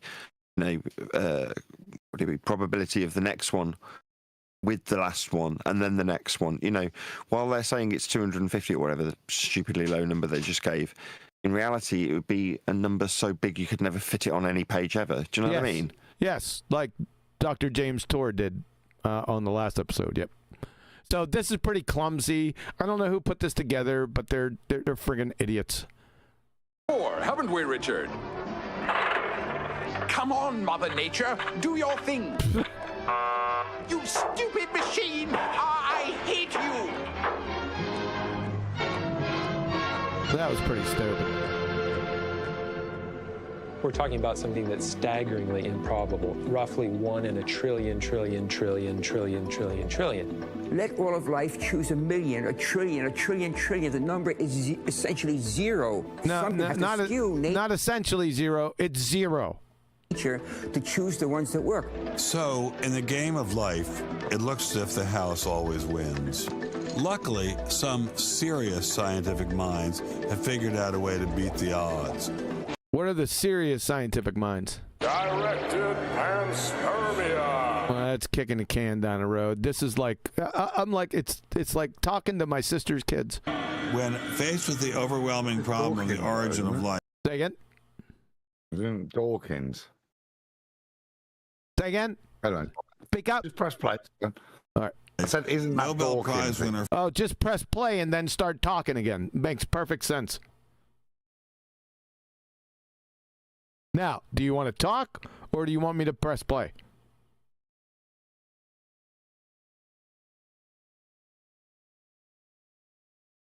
That's such a trick question. My God.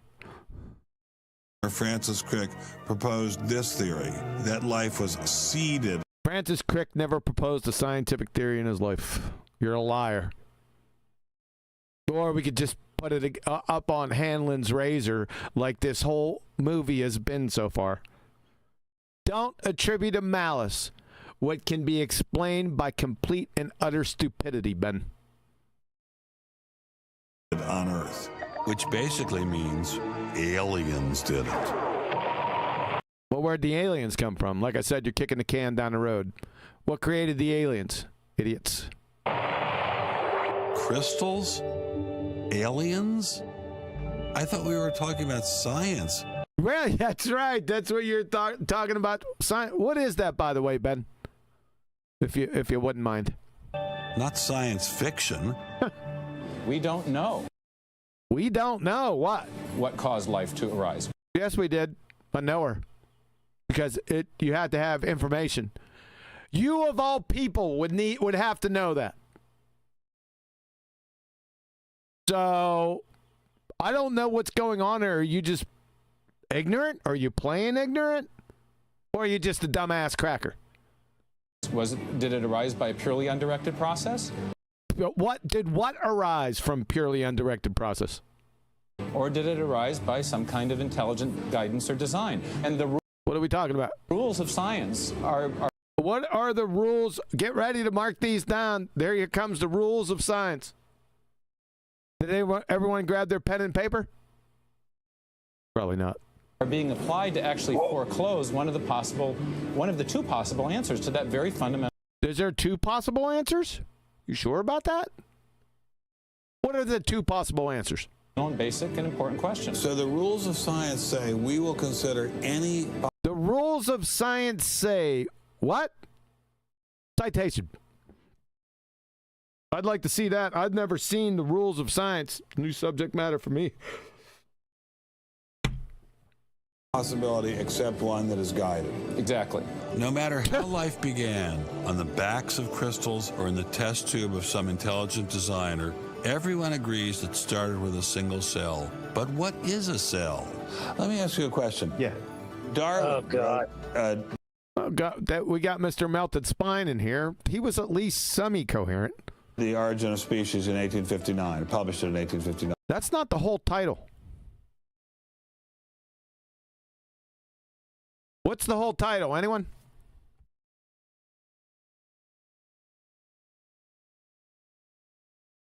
Why do they always... Origin of Species, Volume 1.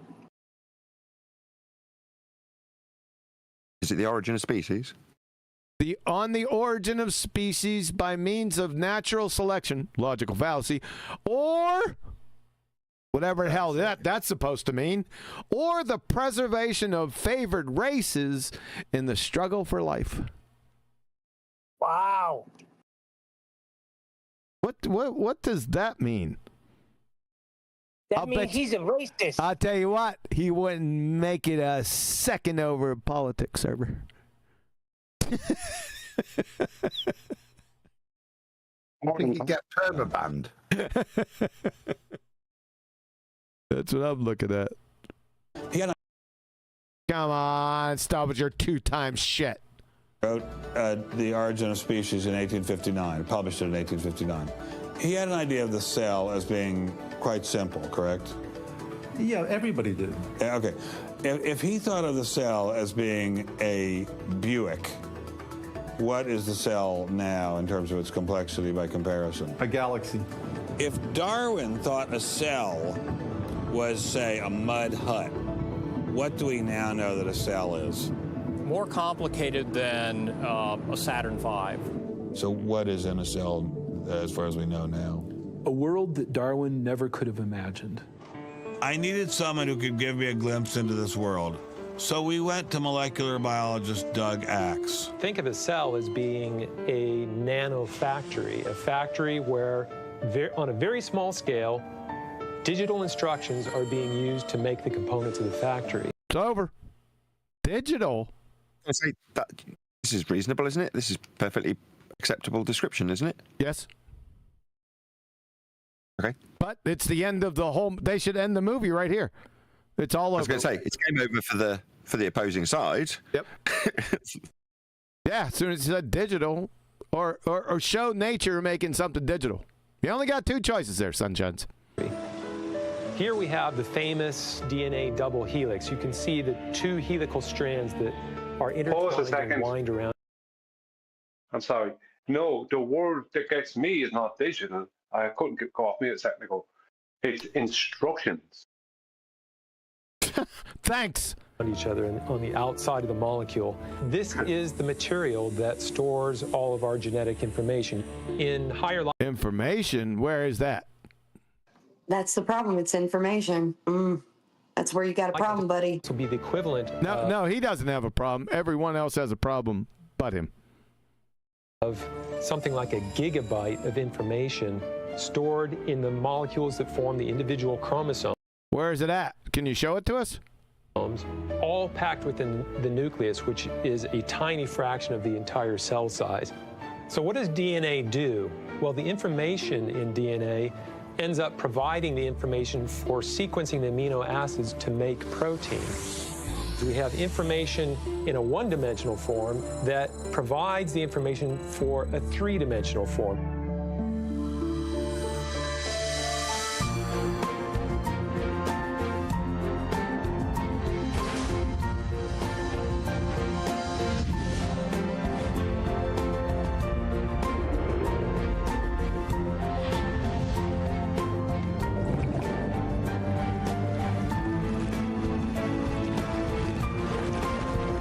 Kinnison.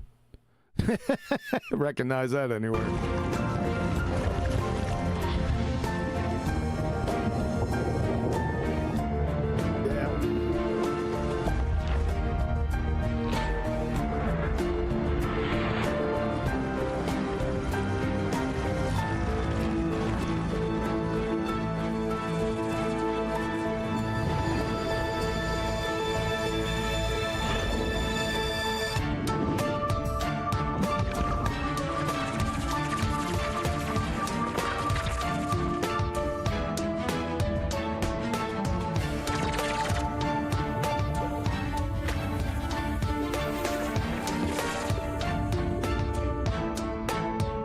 I'm finally just beginning to grasp the complexity of the cell. Are there systems within the Not just complexity, functional sequence specified complexity. Isn't this how you get that squeezable, touchable matter? Like, this is what happens. I know it's a cartoon, but it's a cartoon that has something to show for it. Yep. That squeezable, touchable matter. Yeah, little vexen. cell that go well beyond Darwinian evolution? Good. I remember that affected me. I thought the majesty of that, I think, is exemplified a little bit by the last video we watched, James Tour, and how we marvelled at that man who'd made a little four-wheeled car out of molecules. Yeah. Yep. Look at that. Look at it. Yeah. Random. That was the, like I say, back in the day. That's the convincer. Look at it. Look at the majesty of that. I know there was the Buick and the Saturn V or all that, but when the last bloke said a whole universe or something, a whole world inside the galaxy, exactly a whole, yeah. But it's a whole world inside there, isn't it? It's amazing if you just followed the path of that little protein. Amazing. Yeah. Yep. Yeah, but they do the same thing with the cartoon of the ball galaxy and That's true. The universe. So they structure that after that kind of, but there's nothing to show for it. But this has something to show for it, that squeezable, touchable matter. What the hell is up with you, you little vixen, with this squeezable, touchable matter? Sorry, that's the only thing that comes to mind. That's how my mind thinks about it. Sorry. All right. That's fine. Some type of cellular technology that drives adaptation, replication, quality control, and repair? What if these new mechanisms have massive design implications? Well, no, nature's doing this all by itself. Say, so be it. The cell really is like nothing we've ever seen in the physical world. That's got to be firmly grasped. That's not something we can just say, oh, well, it's just a little bit more of the same old, same old. It's not the same old, same old. We are finding is that there's information that's in the cell that cannot be accounted for in terms of... No, information is the key. That's it. Mm-hmm. Undirected material causes. So it has to be. And so there's some other. So it has to be an information source. So one of the there you go. Faced he's got it. By modern biology is where do I had a couple beefs with John Lennox back in the day. I like the gentleman. I think he's I like the cut of his jib. Had a couple questions and comments for him, but I could never get all the way through to him. His people blocked me. Not that I was an antagonist, but they still blocked me. do you get information from? Well, Darwin assumed that the increase in information... Darwin assumed increased information. Where'd he get information from? He's an atheist. Atheists can only believe in matter and energy. Information is neither matter nor energy. Now, why can I state that? Joe Snuffy right here, and the world's most intelligent scientists are absolutely clueless. Why is that? Purposeful ignorance? I'm just spitballing. Comes from natural selection. What? But natural selection reduces genetic information. Natural selection reduces, so a logical fallacy reduces genetic information. You want to start over? No, he was saying that Darwin postulated that where did you get the new information from? You acquire it over time through natural selection. But the paradox there is that natural selection is demonstrable to show, if it is a thing, that it reduces the information. I think that's what he said. Yeah, thanks. He's presenting the... Yeah. Notice from all the genetic population studies that we have. And where does the new genetic information going to come from? Well, that's the big question.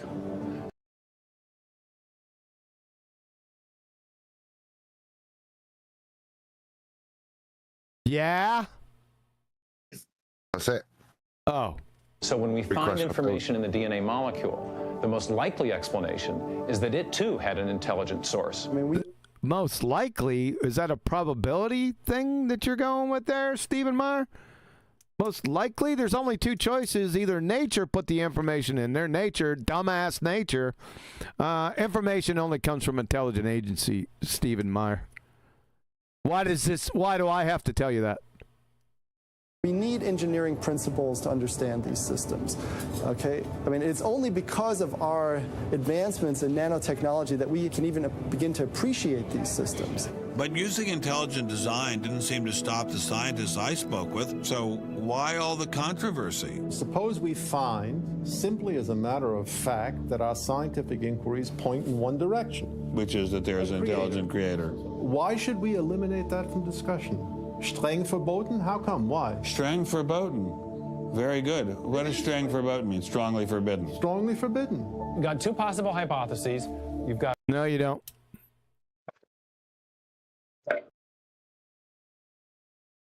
A wall through the middle of through your brain, in effect, through your thinking. You say, well, you can't consider anything on this side of the wall. Only hypotheses on this side of the wall are permissible for consideration. You don't have any more. Now, I was going to say, Adam, you got there to the mic before. That was all this shite at the beginning. Then that's what this just for this point here.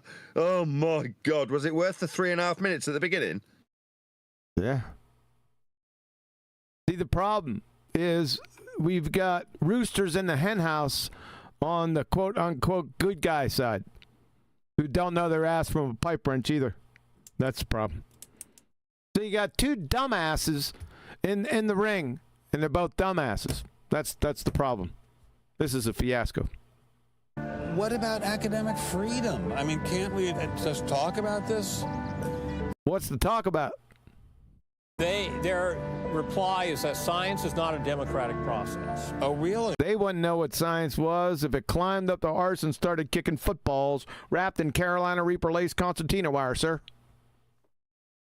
Do you know what it is? Even though I read a lot of your material, you're pretty sharp. That doesn't mean you know what natural science is, though. And that there is a consensus view. But wait a minute, but consent, there you go. You should have stopped right there. Consensus isn't science. Science isn't consensus, period. You just debunked yourself. Is this willful ignorance? Purposeful? That's the question. Hard to subscribe to. But wait a second, but Darwin challenged the consensus. I just want to say that the Brian Stower is on point again tonight, as he usually is, but he doesn't get any pops. Huh? What? I said that Brian Stower is on point again, as he usually is, and once again, he doesn't get any props. Brian Starr. The Brian Stower. I'm not getting it. View, and that's how we got Darwinism. If Darwin wanted to challenge the consensus today, how would he do it? Science isn't a hobby. It wouldn't be science. What? He said the rooster. Thanks. Hobby for rich aristocrats anymore. It's a multi-billion-dollar industry. And if you want a piece of the pie, you've got to be a good comrade. Scientific ideas. Scientific ideas? Huh? How do we get them to you, the people? Every idea must be inspected to ensure that it is safe. You see how this is being run, ladies and gentlemen? Can I say something real quick? I've been listening, and it sounds to me like it's anything but God. And they don't even know what they're talking about. Thanks. They definitely don't know what natural science is. I haven't heard one single viable scientific hypothesis, scientific theory, whatever that may be. None. Zero. They speak about it in name only, but no one ever tells you what it is. All theories must being have misused here again. They're making a good point here, but I know you're critiquing it, but the point they're making isn't science, is it? It's direction of paid research by institutions. That's what they're crying about. If you don't take your research in this particular direction, a non-creationist direction, then you get kicked out. That's kind of what they're... I know this saying science. So no money for you? Yeah, exactly, yeah. If you don't just look at it and keep repeatedly banging your head against the wall, saying, "Why won't these proteins fold?" Yeah. Now, if you do that, you'll get money. If you don't and go, "Hello, we need somebody to design another protein to make it fold." That shows a designer. Maybe this was yeah. If you want to go down that route, you've got no chance. You'll be called what Dawkins called you.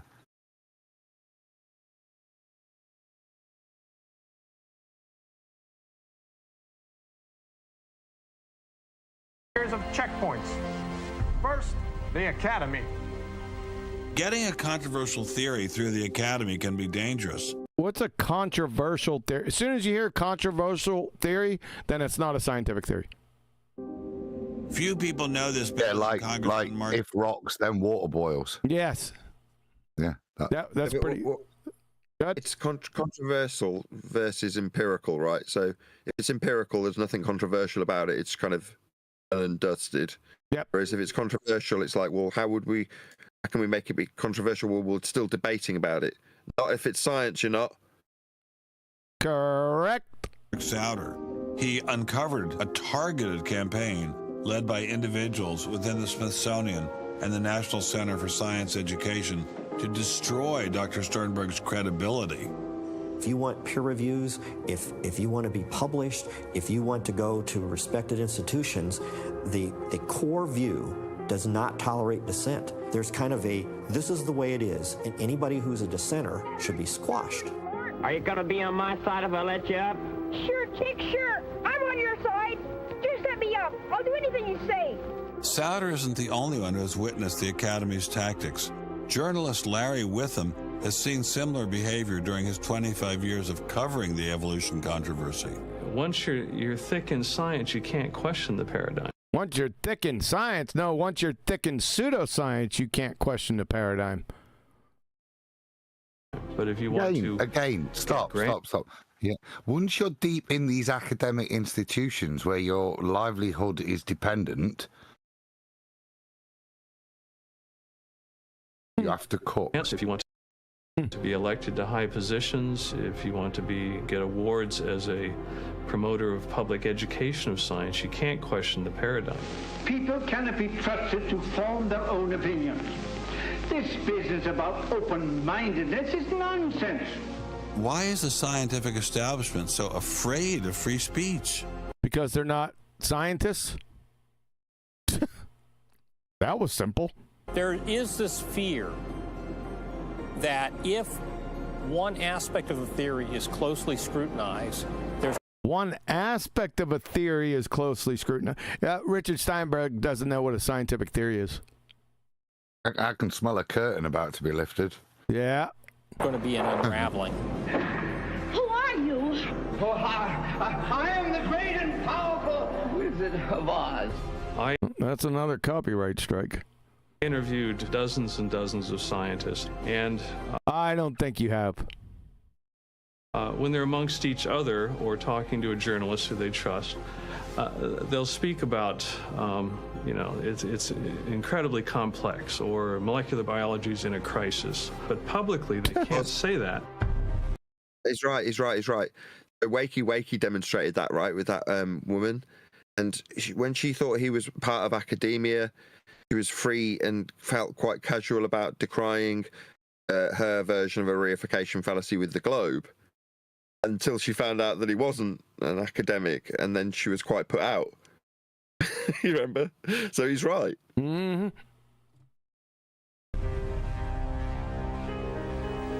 Keeping a keen eye on the Academy are various watchdog organizations. Listen to Eugenie Scott of the National Center for Science Education.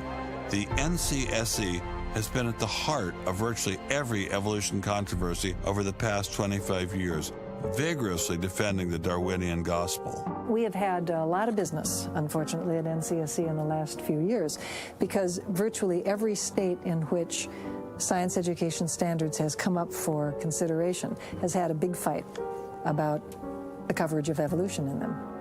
Evolution? What's that? CSE was started by a group of scientists and teachers who were very concerned because in the late 70s and early 80s, there were a lot of attempts to pass equal time for creation science and evolution laws. And clearly... Evolution laws? What? What's that? This is something that neither scientists nor teachers liked. It wasn't exactly help. They weren't scientists, that's for sure. The creationists are coming, but it's, you know, kind of along those lines. Creationist? You're a creationist too, Eugenie. You dumbass cracker. Only your creator's nature. My God, are you stupid? Most scientists You don't know what a scientist is. You're not a scientist. You don't know what natural science is. You're completely confused. Throw up their hands and say, creationists, they drive me crazy. You know, you're a creationist, and so are the scientists that are not scientists. Science education organizations, the most important group we work with is members of the faith community. Because the best kept secret in this controversy is that Catholics and mainstream Protestants are okay on evolution. They should be. Are you sure about that, Eugenie? Pause. I'd go, no, that's a lie. Yeah? Okay. Is that it? Well, yeah. I was going to try and draw another hence the pause. He's being rude to you again, Adam. No, it was an unnecessary pause. Christians have been fighting with conservative Christians for so long that they'll side with anybody against the fundamentalists. And Eugenie Scott says, well, welcome over. There's a kind of science defense lobby. A science defense lobby? What's natural science, Richard? Come on, Dick. He doesn't know. You think he's part of the SDL? What's SDL? Science defense lobby. Evolution defense lobby in particular. The EDL. How can you defend something that you haven't defined yet? They are mostly atheists, but they are... Yeah, those dumbass crackers that I showed before, the 3 numpty pillars of atheism, like you? Desperately wanting to be friendly to mainstream, sensible... What's this dichotomized position? Don't know. That's being presented, that understanding science and using it, have a problem with you knowing there's a creator. They're not mutually holdable. Mutually holdable. That seems to be their whole issue. Yeah, I mean, fundamentally, it comes back to understanding what science is. They seem to think science is proving there's no God. That's the point I was going to make earlier, Adam. Sorry, Kiwi. Yes. They keep on creating this false dichotomy. Well, maybe it's not a false dichotomy, but where they are placing it's either science or God. It's like, no, that's their whole game from the beginning. These people are unwilling to accept a creator. So they want to create a position where the intelligent go with science and those who just have beliefs go with a creator. No, right? As we spoke about earlier with the cell, it's been shown over time more and more and more that we know way less about the cell. Well, I can't say we, I don't study it, but those who do study it are finding out they know way less about the cell than their forefathers thought they knew. Do you know what I mean? So it's not that, it's just not a case of science or God. It's a case of you don't know what you think you know, and you're making decisions on what you think you know. That's what's going on. Because you're numpties. And they don't know they're numpties, correct. Yes. And the way you do that is to tell them that there's no incompatibility between science and religion. But is there really an incompatibility? Can't we believe in God and Darwin? You have to believe in Darwin. Hold on. And that would mean God created man in his own image and God's a gorilla. I don't think so. Thanks. Implicit. I believe in both. Pause. I believe in both. So you believe God? You believed it. Hold up. Are you not Darwin deniers? You Like, accept this guy without didn't evidence exist. both. Really? He wrote a freaking book. I'm happy to take that limited evidence. Now, the level of belief or what I hold in that knowledge is completely different between Darwin and God. You're an idiot. Everybody knows that Darwin's actually Francis Bacon. He was, wasn't he? Evolutionary theory. Tesla's granddad. Evolutionary theory, what's that? Do you know what it is? The scientists, quote unquote scientists, don't seem to know. How about a reporter? Do you know what it is? Either there's no God or God can't have any role in it. So naturally, as many evolutionists will say, it's the strongest engine for atheism. If they called me as a witness, and a lawyer said, Dr. Dawkins, has your belief in evolution, has your study of has your acceptance without evidence in evolution turned you towards atheism? Turned you towards atheism, the three numpty pillars of atheism, you'd have to be honest, right? I would have to say yes. That's the worst possible thing I could say for winning that court. Well, I don't think you won anything. Court case. So people like me are bad news for the science lobby. Oh no, they're great news for the science lobby. Evolution lobby. By the way, I'm being a hell of a lot more frank and honest in this interview than many people. You know he's lying then. Yeah. In this field would be. Trust me, bro. Yeah, exactly. Only Stanford. I think I've been here. This is Checkpoint Charlie. Working hard to keep ideas in check are our friends in the media. Morning, paper. Paper, mister? The tendency of the media is to side with the establishment because they inherently agree with the establishment. Eugenie Scott, my understanding is that there is not a single peer-reviewed article out there. I'll guarantee you that this doofus doesn't know what peer review means. Guaranteed. I'll bet you Eugenie Scott doesn't know what it means either. That supports intelligent design. Am I wrong? You are not wrong. You are correct. You are correct. I believe that we get coverage, but we always get coverage like we're the outsider, not like it's an even debate. But instead of merely reporting news, he analyzes it. I know the merit of peer review. I'm not attacking that. But that's to support the point that we're making. Whatever this stuff wouldn't get to peer review, it wouldn't be allowed dissemination through the journals. That's the indictment there. Whatever the topic. Yeah? Yep. Often expressing his personal opinions. We constantly deal with reporters who refuse even to report the correct definition of intelligent design. They, over and over again, talk about life is so complex, God must have done it. Just admit it. It's religion. Very simple. You just can't. It's religion. What evolution is? Michael Ruse admitted that. Why don't you talk to him? Mr. Dumbass, backs of friggin' crystals idiot. It's a wanton distortion of our position. Study desk. I've got a hot story here. You can look at Associated Press stories, and the same sentence will appear in those stories for 10 years. Intelligent design says that life is too complex. It's called a boilerplate. And the reporter never reports anymore or gets any new ways to say it, so the public understanding never advances. But what happens if a reporter decides to take a more balanced approach to intelligent design? There might be remarkable pressure on that reporter not to side against the evolutionists. I thought I told you to kill that What is evolutionist, by the way? What is that? story. Few reporters have learned this better than author and journalist Pamela Winnick.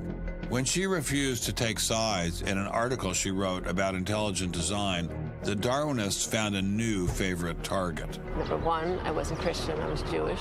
Number two, I wasn't religious. Number three, I was not taking a position in favor of creationism. I was writing about intelligent design, and it didn't matter.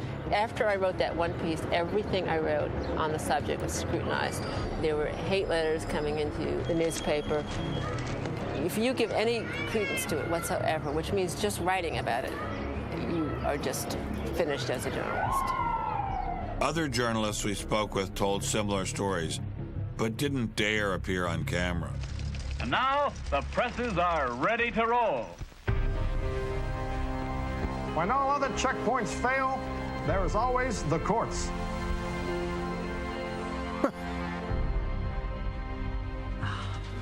We have spent an enormous amount of time. Judge Jones rules against intelligent design. Really? Judge Jones from the PA Liquor Control Board. Who's next? We're going to put Judge Mr. Magoo up there. That's not fair. That's misrepresentation, you cherry picker. Judge Jones rules against intelligent design being taught in school. He didn't make a judgment that no intelligent design. Yeah, he actually did. No, being taught in school. No, that's just the headline. I know the whole story. What? He made a definitive legal judgment that yes, there is no intelligent design. Yes. In life. Yes. Holy shit. That's out. That sounds like you're stepping outside your box a little bit there, Your Honor. You think? Well, he needs to speak to James Saw. Well, could he be held to account in the future or legally for that? Oh yeah, he will be. Absolutely. By Jesus Christ. Trying to prove to the court what everybody already knows, that intelligent design is a particular religious belief. No, according to Michael Ruse, he said that we're going to Michael Ruse. You piss me off. Fucking clown, ACLU clown. All right. Ruse, where are you? Come and show yourself. That's the on the backs of crystals, moron. There you are. All right, now where are you going to be? That's the next question. I could get smart and find them, but... Do they pay attention to what other people say, like their own colleagues? They don't care. There he is. Professor Michael Ruse, a philosopher of biology, whatever the heck that is, shaking my fucking head, has debated creationists and ID proponents Stephen Meyer, William Dembski. Oh, those two were in the movie. And Professor Dwayne Gish Gish from the Gish Galloping fame. On the national circuit for 40 years, Ruse was a key witness for the plaintiff for the landmark and nationally followed case McLean v. Arkansas in 1981, where creation science in the classroom was being argued. So he's not your average Joe Evotard. He's one of the pseudoscience priests. In How Evolution Became a Religion, Creation is Correct, National Post, May 13th, 2000, Michael Ruse says, evolution is promoted by its practitioners as more than mere science. Evolution is promulgated as an ideology, a secular religion, a full-fledged alternative to Christianity with meaning and morality. I am an ardent evolutionist evotard nutbag and an ex-Christian. How can you be an ex-Christian? Oh, but I digress. But I must admit that in this one complaint, Mr. Gish is but one of many to make it. The literalists are absolutely right. Evolution is a religion. This was true of evolution in the beginning and is true of evolution still today, ladies and gentlemen. From Mr. Numpty Dipshit back there, Mr. Crystals. Yeah. Double-speaking contradictory clowns. But I thought scientific questions were settled by the... Scientific questions? What's that? That's an interesting statement. Evidence, not by taking people to court and suing. Yeah, scientific evidence. Yeah, what is that, by the way? Anyone? This subject came up last night in politics server. Well, that would be proven scientific hypothesis through scientific method. Yep. We want to see it. I mean, I can summarize it. I mean, if you want to type it. Go ahead. Fine. No, go ahead. It's the elucidation of the cause of a naturally occurring phenomena through systematic actualization of a scientific prediction, otherwise known as hypothesis. From the Law Dictionary, scientific evidence, the testing of a hypothesis or theory. You don't test theories, by the way, but I digress. That is objective and in a controlled environment. That's, yeah. Just skip this one because you have to forgive them because most people are kind of stupid. Just want to say no apologies were needed for what I said. Elucidation of the cause of a naturally occurring phenomena based on the systematic experimentation. Yeah. The testing of a hypothesis, that's an experiment, and a hypothesis is the elucidation of natural cause and effect relationship. You are correct. Yep. Funny, we haven't heard what it was in the movie. I've heard the phrase many times. How do other countries deal with such disputes? Dr. Marcy Giertuk, a population geneticist who now represents Poland in the European Parliament, was able to shed some light on this topic. They do it. They get chicks in a ring with custard, foxy boxing. That's how they do it. The censorship of teaching criticism of evolution is and always was much stronger in, say, in your country, the United States, than it ever was in Poland. Why? Why would the censorship? That is because you have a political correctness in your country. These issues are brought to court, and the court says what you can and what you cannot teach. We want to know what you teach, what books you use, how you teach it. Well, the we never had that sort of way of...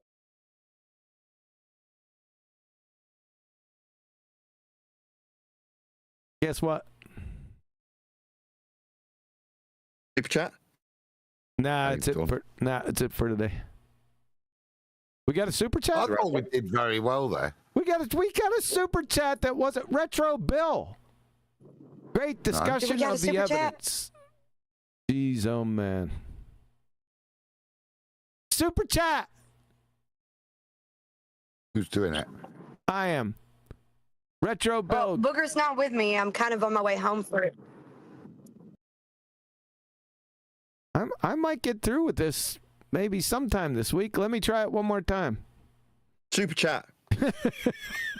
Wait! I'm taking a breath in. Super chat. Your mic went out. Did I hear Booger in the background too? You did not. Okay. That must have been Adam's mic. You overwhelmed the diaphragm. It's Neil. Oh, God. What's he got? A helium balloon? You don't overwhelm your diaphragm. Castrato.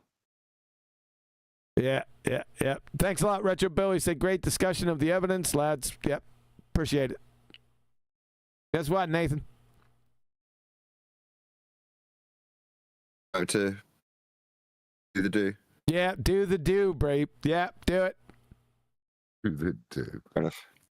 With that, a huge, massive, enormous thank you to all of you for tuning in to today's Ballbusters. Unfortunately, there's not going to be a Ballbusters for at least 2, maybe even 3 weeks, because Huey's got lots of shooting. But in the meantime, massive thank you to all of the Ballbusters panel, and all of you for liking, commenting, sharing, subscribing, smashing the super chat, and all that good stuff.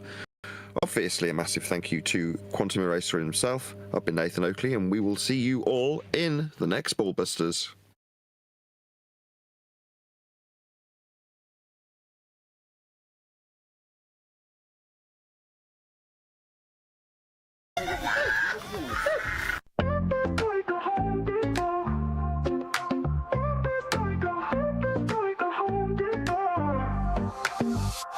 step up in this game like I'm hammering nails. Earth's a flat plane, listen up, I'll tell you tales. Home Depot vibes on my tools, no fails. Level up my vision while the world just derails. Sharon said it first, now I'm chasing the truth. First wanna know, is he chilling or aloof? Now I'm flexing with the facts while they playing the fool. Flat earth, no curve, I'm breaking all the rules. Earth is like Home Depot, got my crew on deck. Home Depot, we ballin'. All this knowledge better show respect. Home Depot, flat earth, they say no way, but we out here grind. Home Depot, motivated, determined, leave the lies behind. Rolling deep through Antarctica, you know what's up. Snowflakes in the air, yeah, we sipping from the cup. Well, Duffy said, trust me, I came out of the blue. Started from the hustle, now I'm building my crew. Wait, I'm stacking up truth like I'm lumber from the store. Got the blueprint, baby, I'm ready for war. See the horizon straight, no dip in my sight. Thug life on the flat, bringing knowledge to the fight. With this line, Home Depot, got my crew on deck. Home Depot, we ballin'. All this knowledge better show respect. Home Depot, flat earth, they saying no way, but we out here grind. Home Depot, motivated, determined, leave the lies behind. So I'm here to break walls, I'm kicking down doors, hash street life, I'm hustling, what's mine is ours. A whole new vision, we gon' stack and we gon' rise. With my crew by my side, we defy all the lies. Earth is like Home Depot, got my crew on deck. Home Depot, we ballin'. All this knowledge better show respect. Home Depot, flat earth, they saying no way, but we out here grind. Home Depot, motivated, determined, leave the lies behind. So remember this hustle, keep your eyes on the prize. Earth is flat like a board, like the ones on a 5. We'll build this place together, ain't no mountain too high. Home Depot mindset, we gon' reach for the sky, yeah.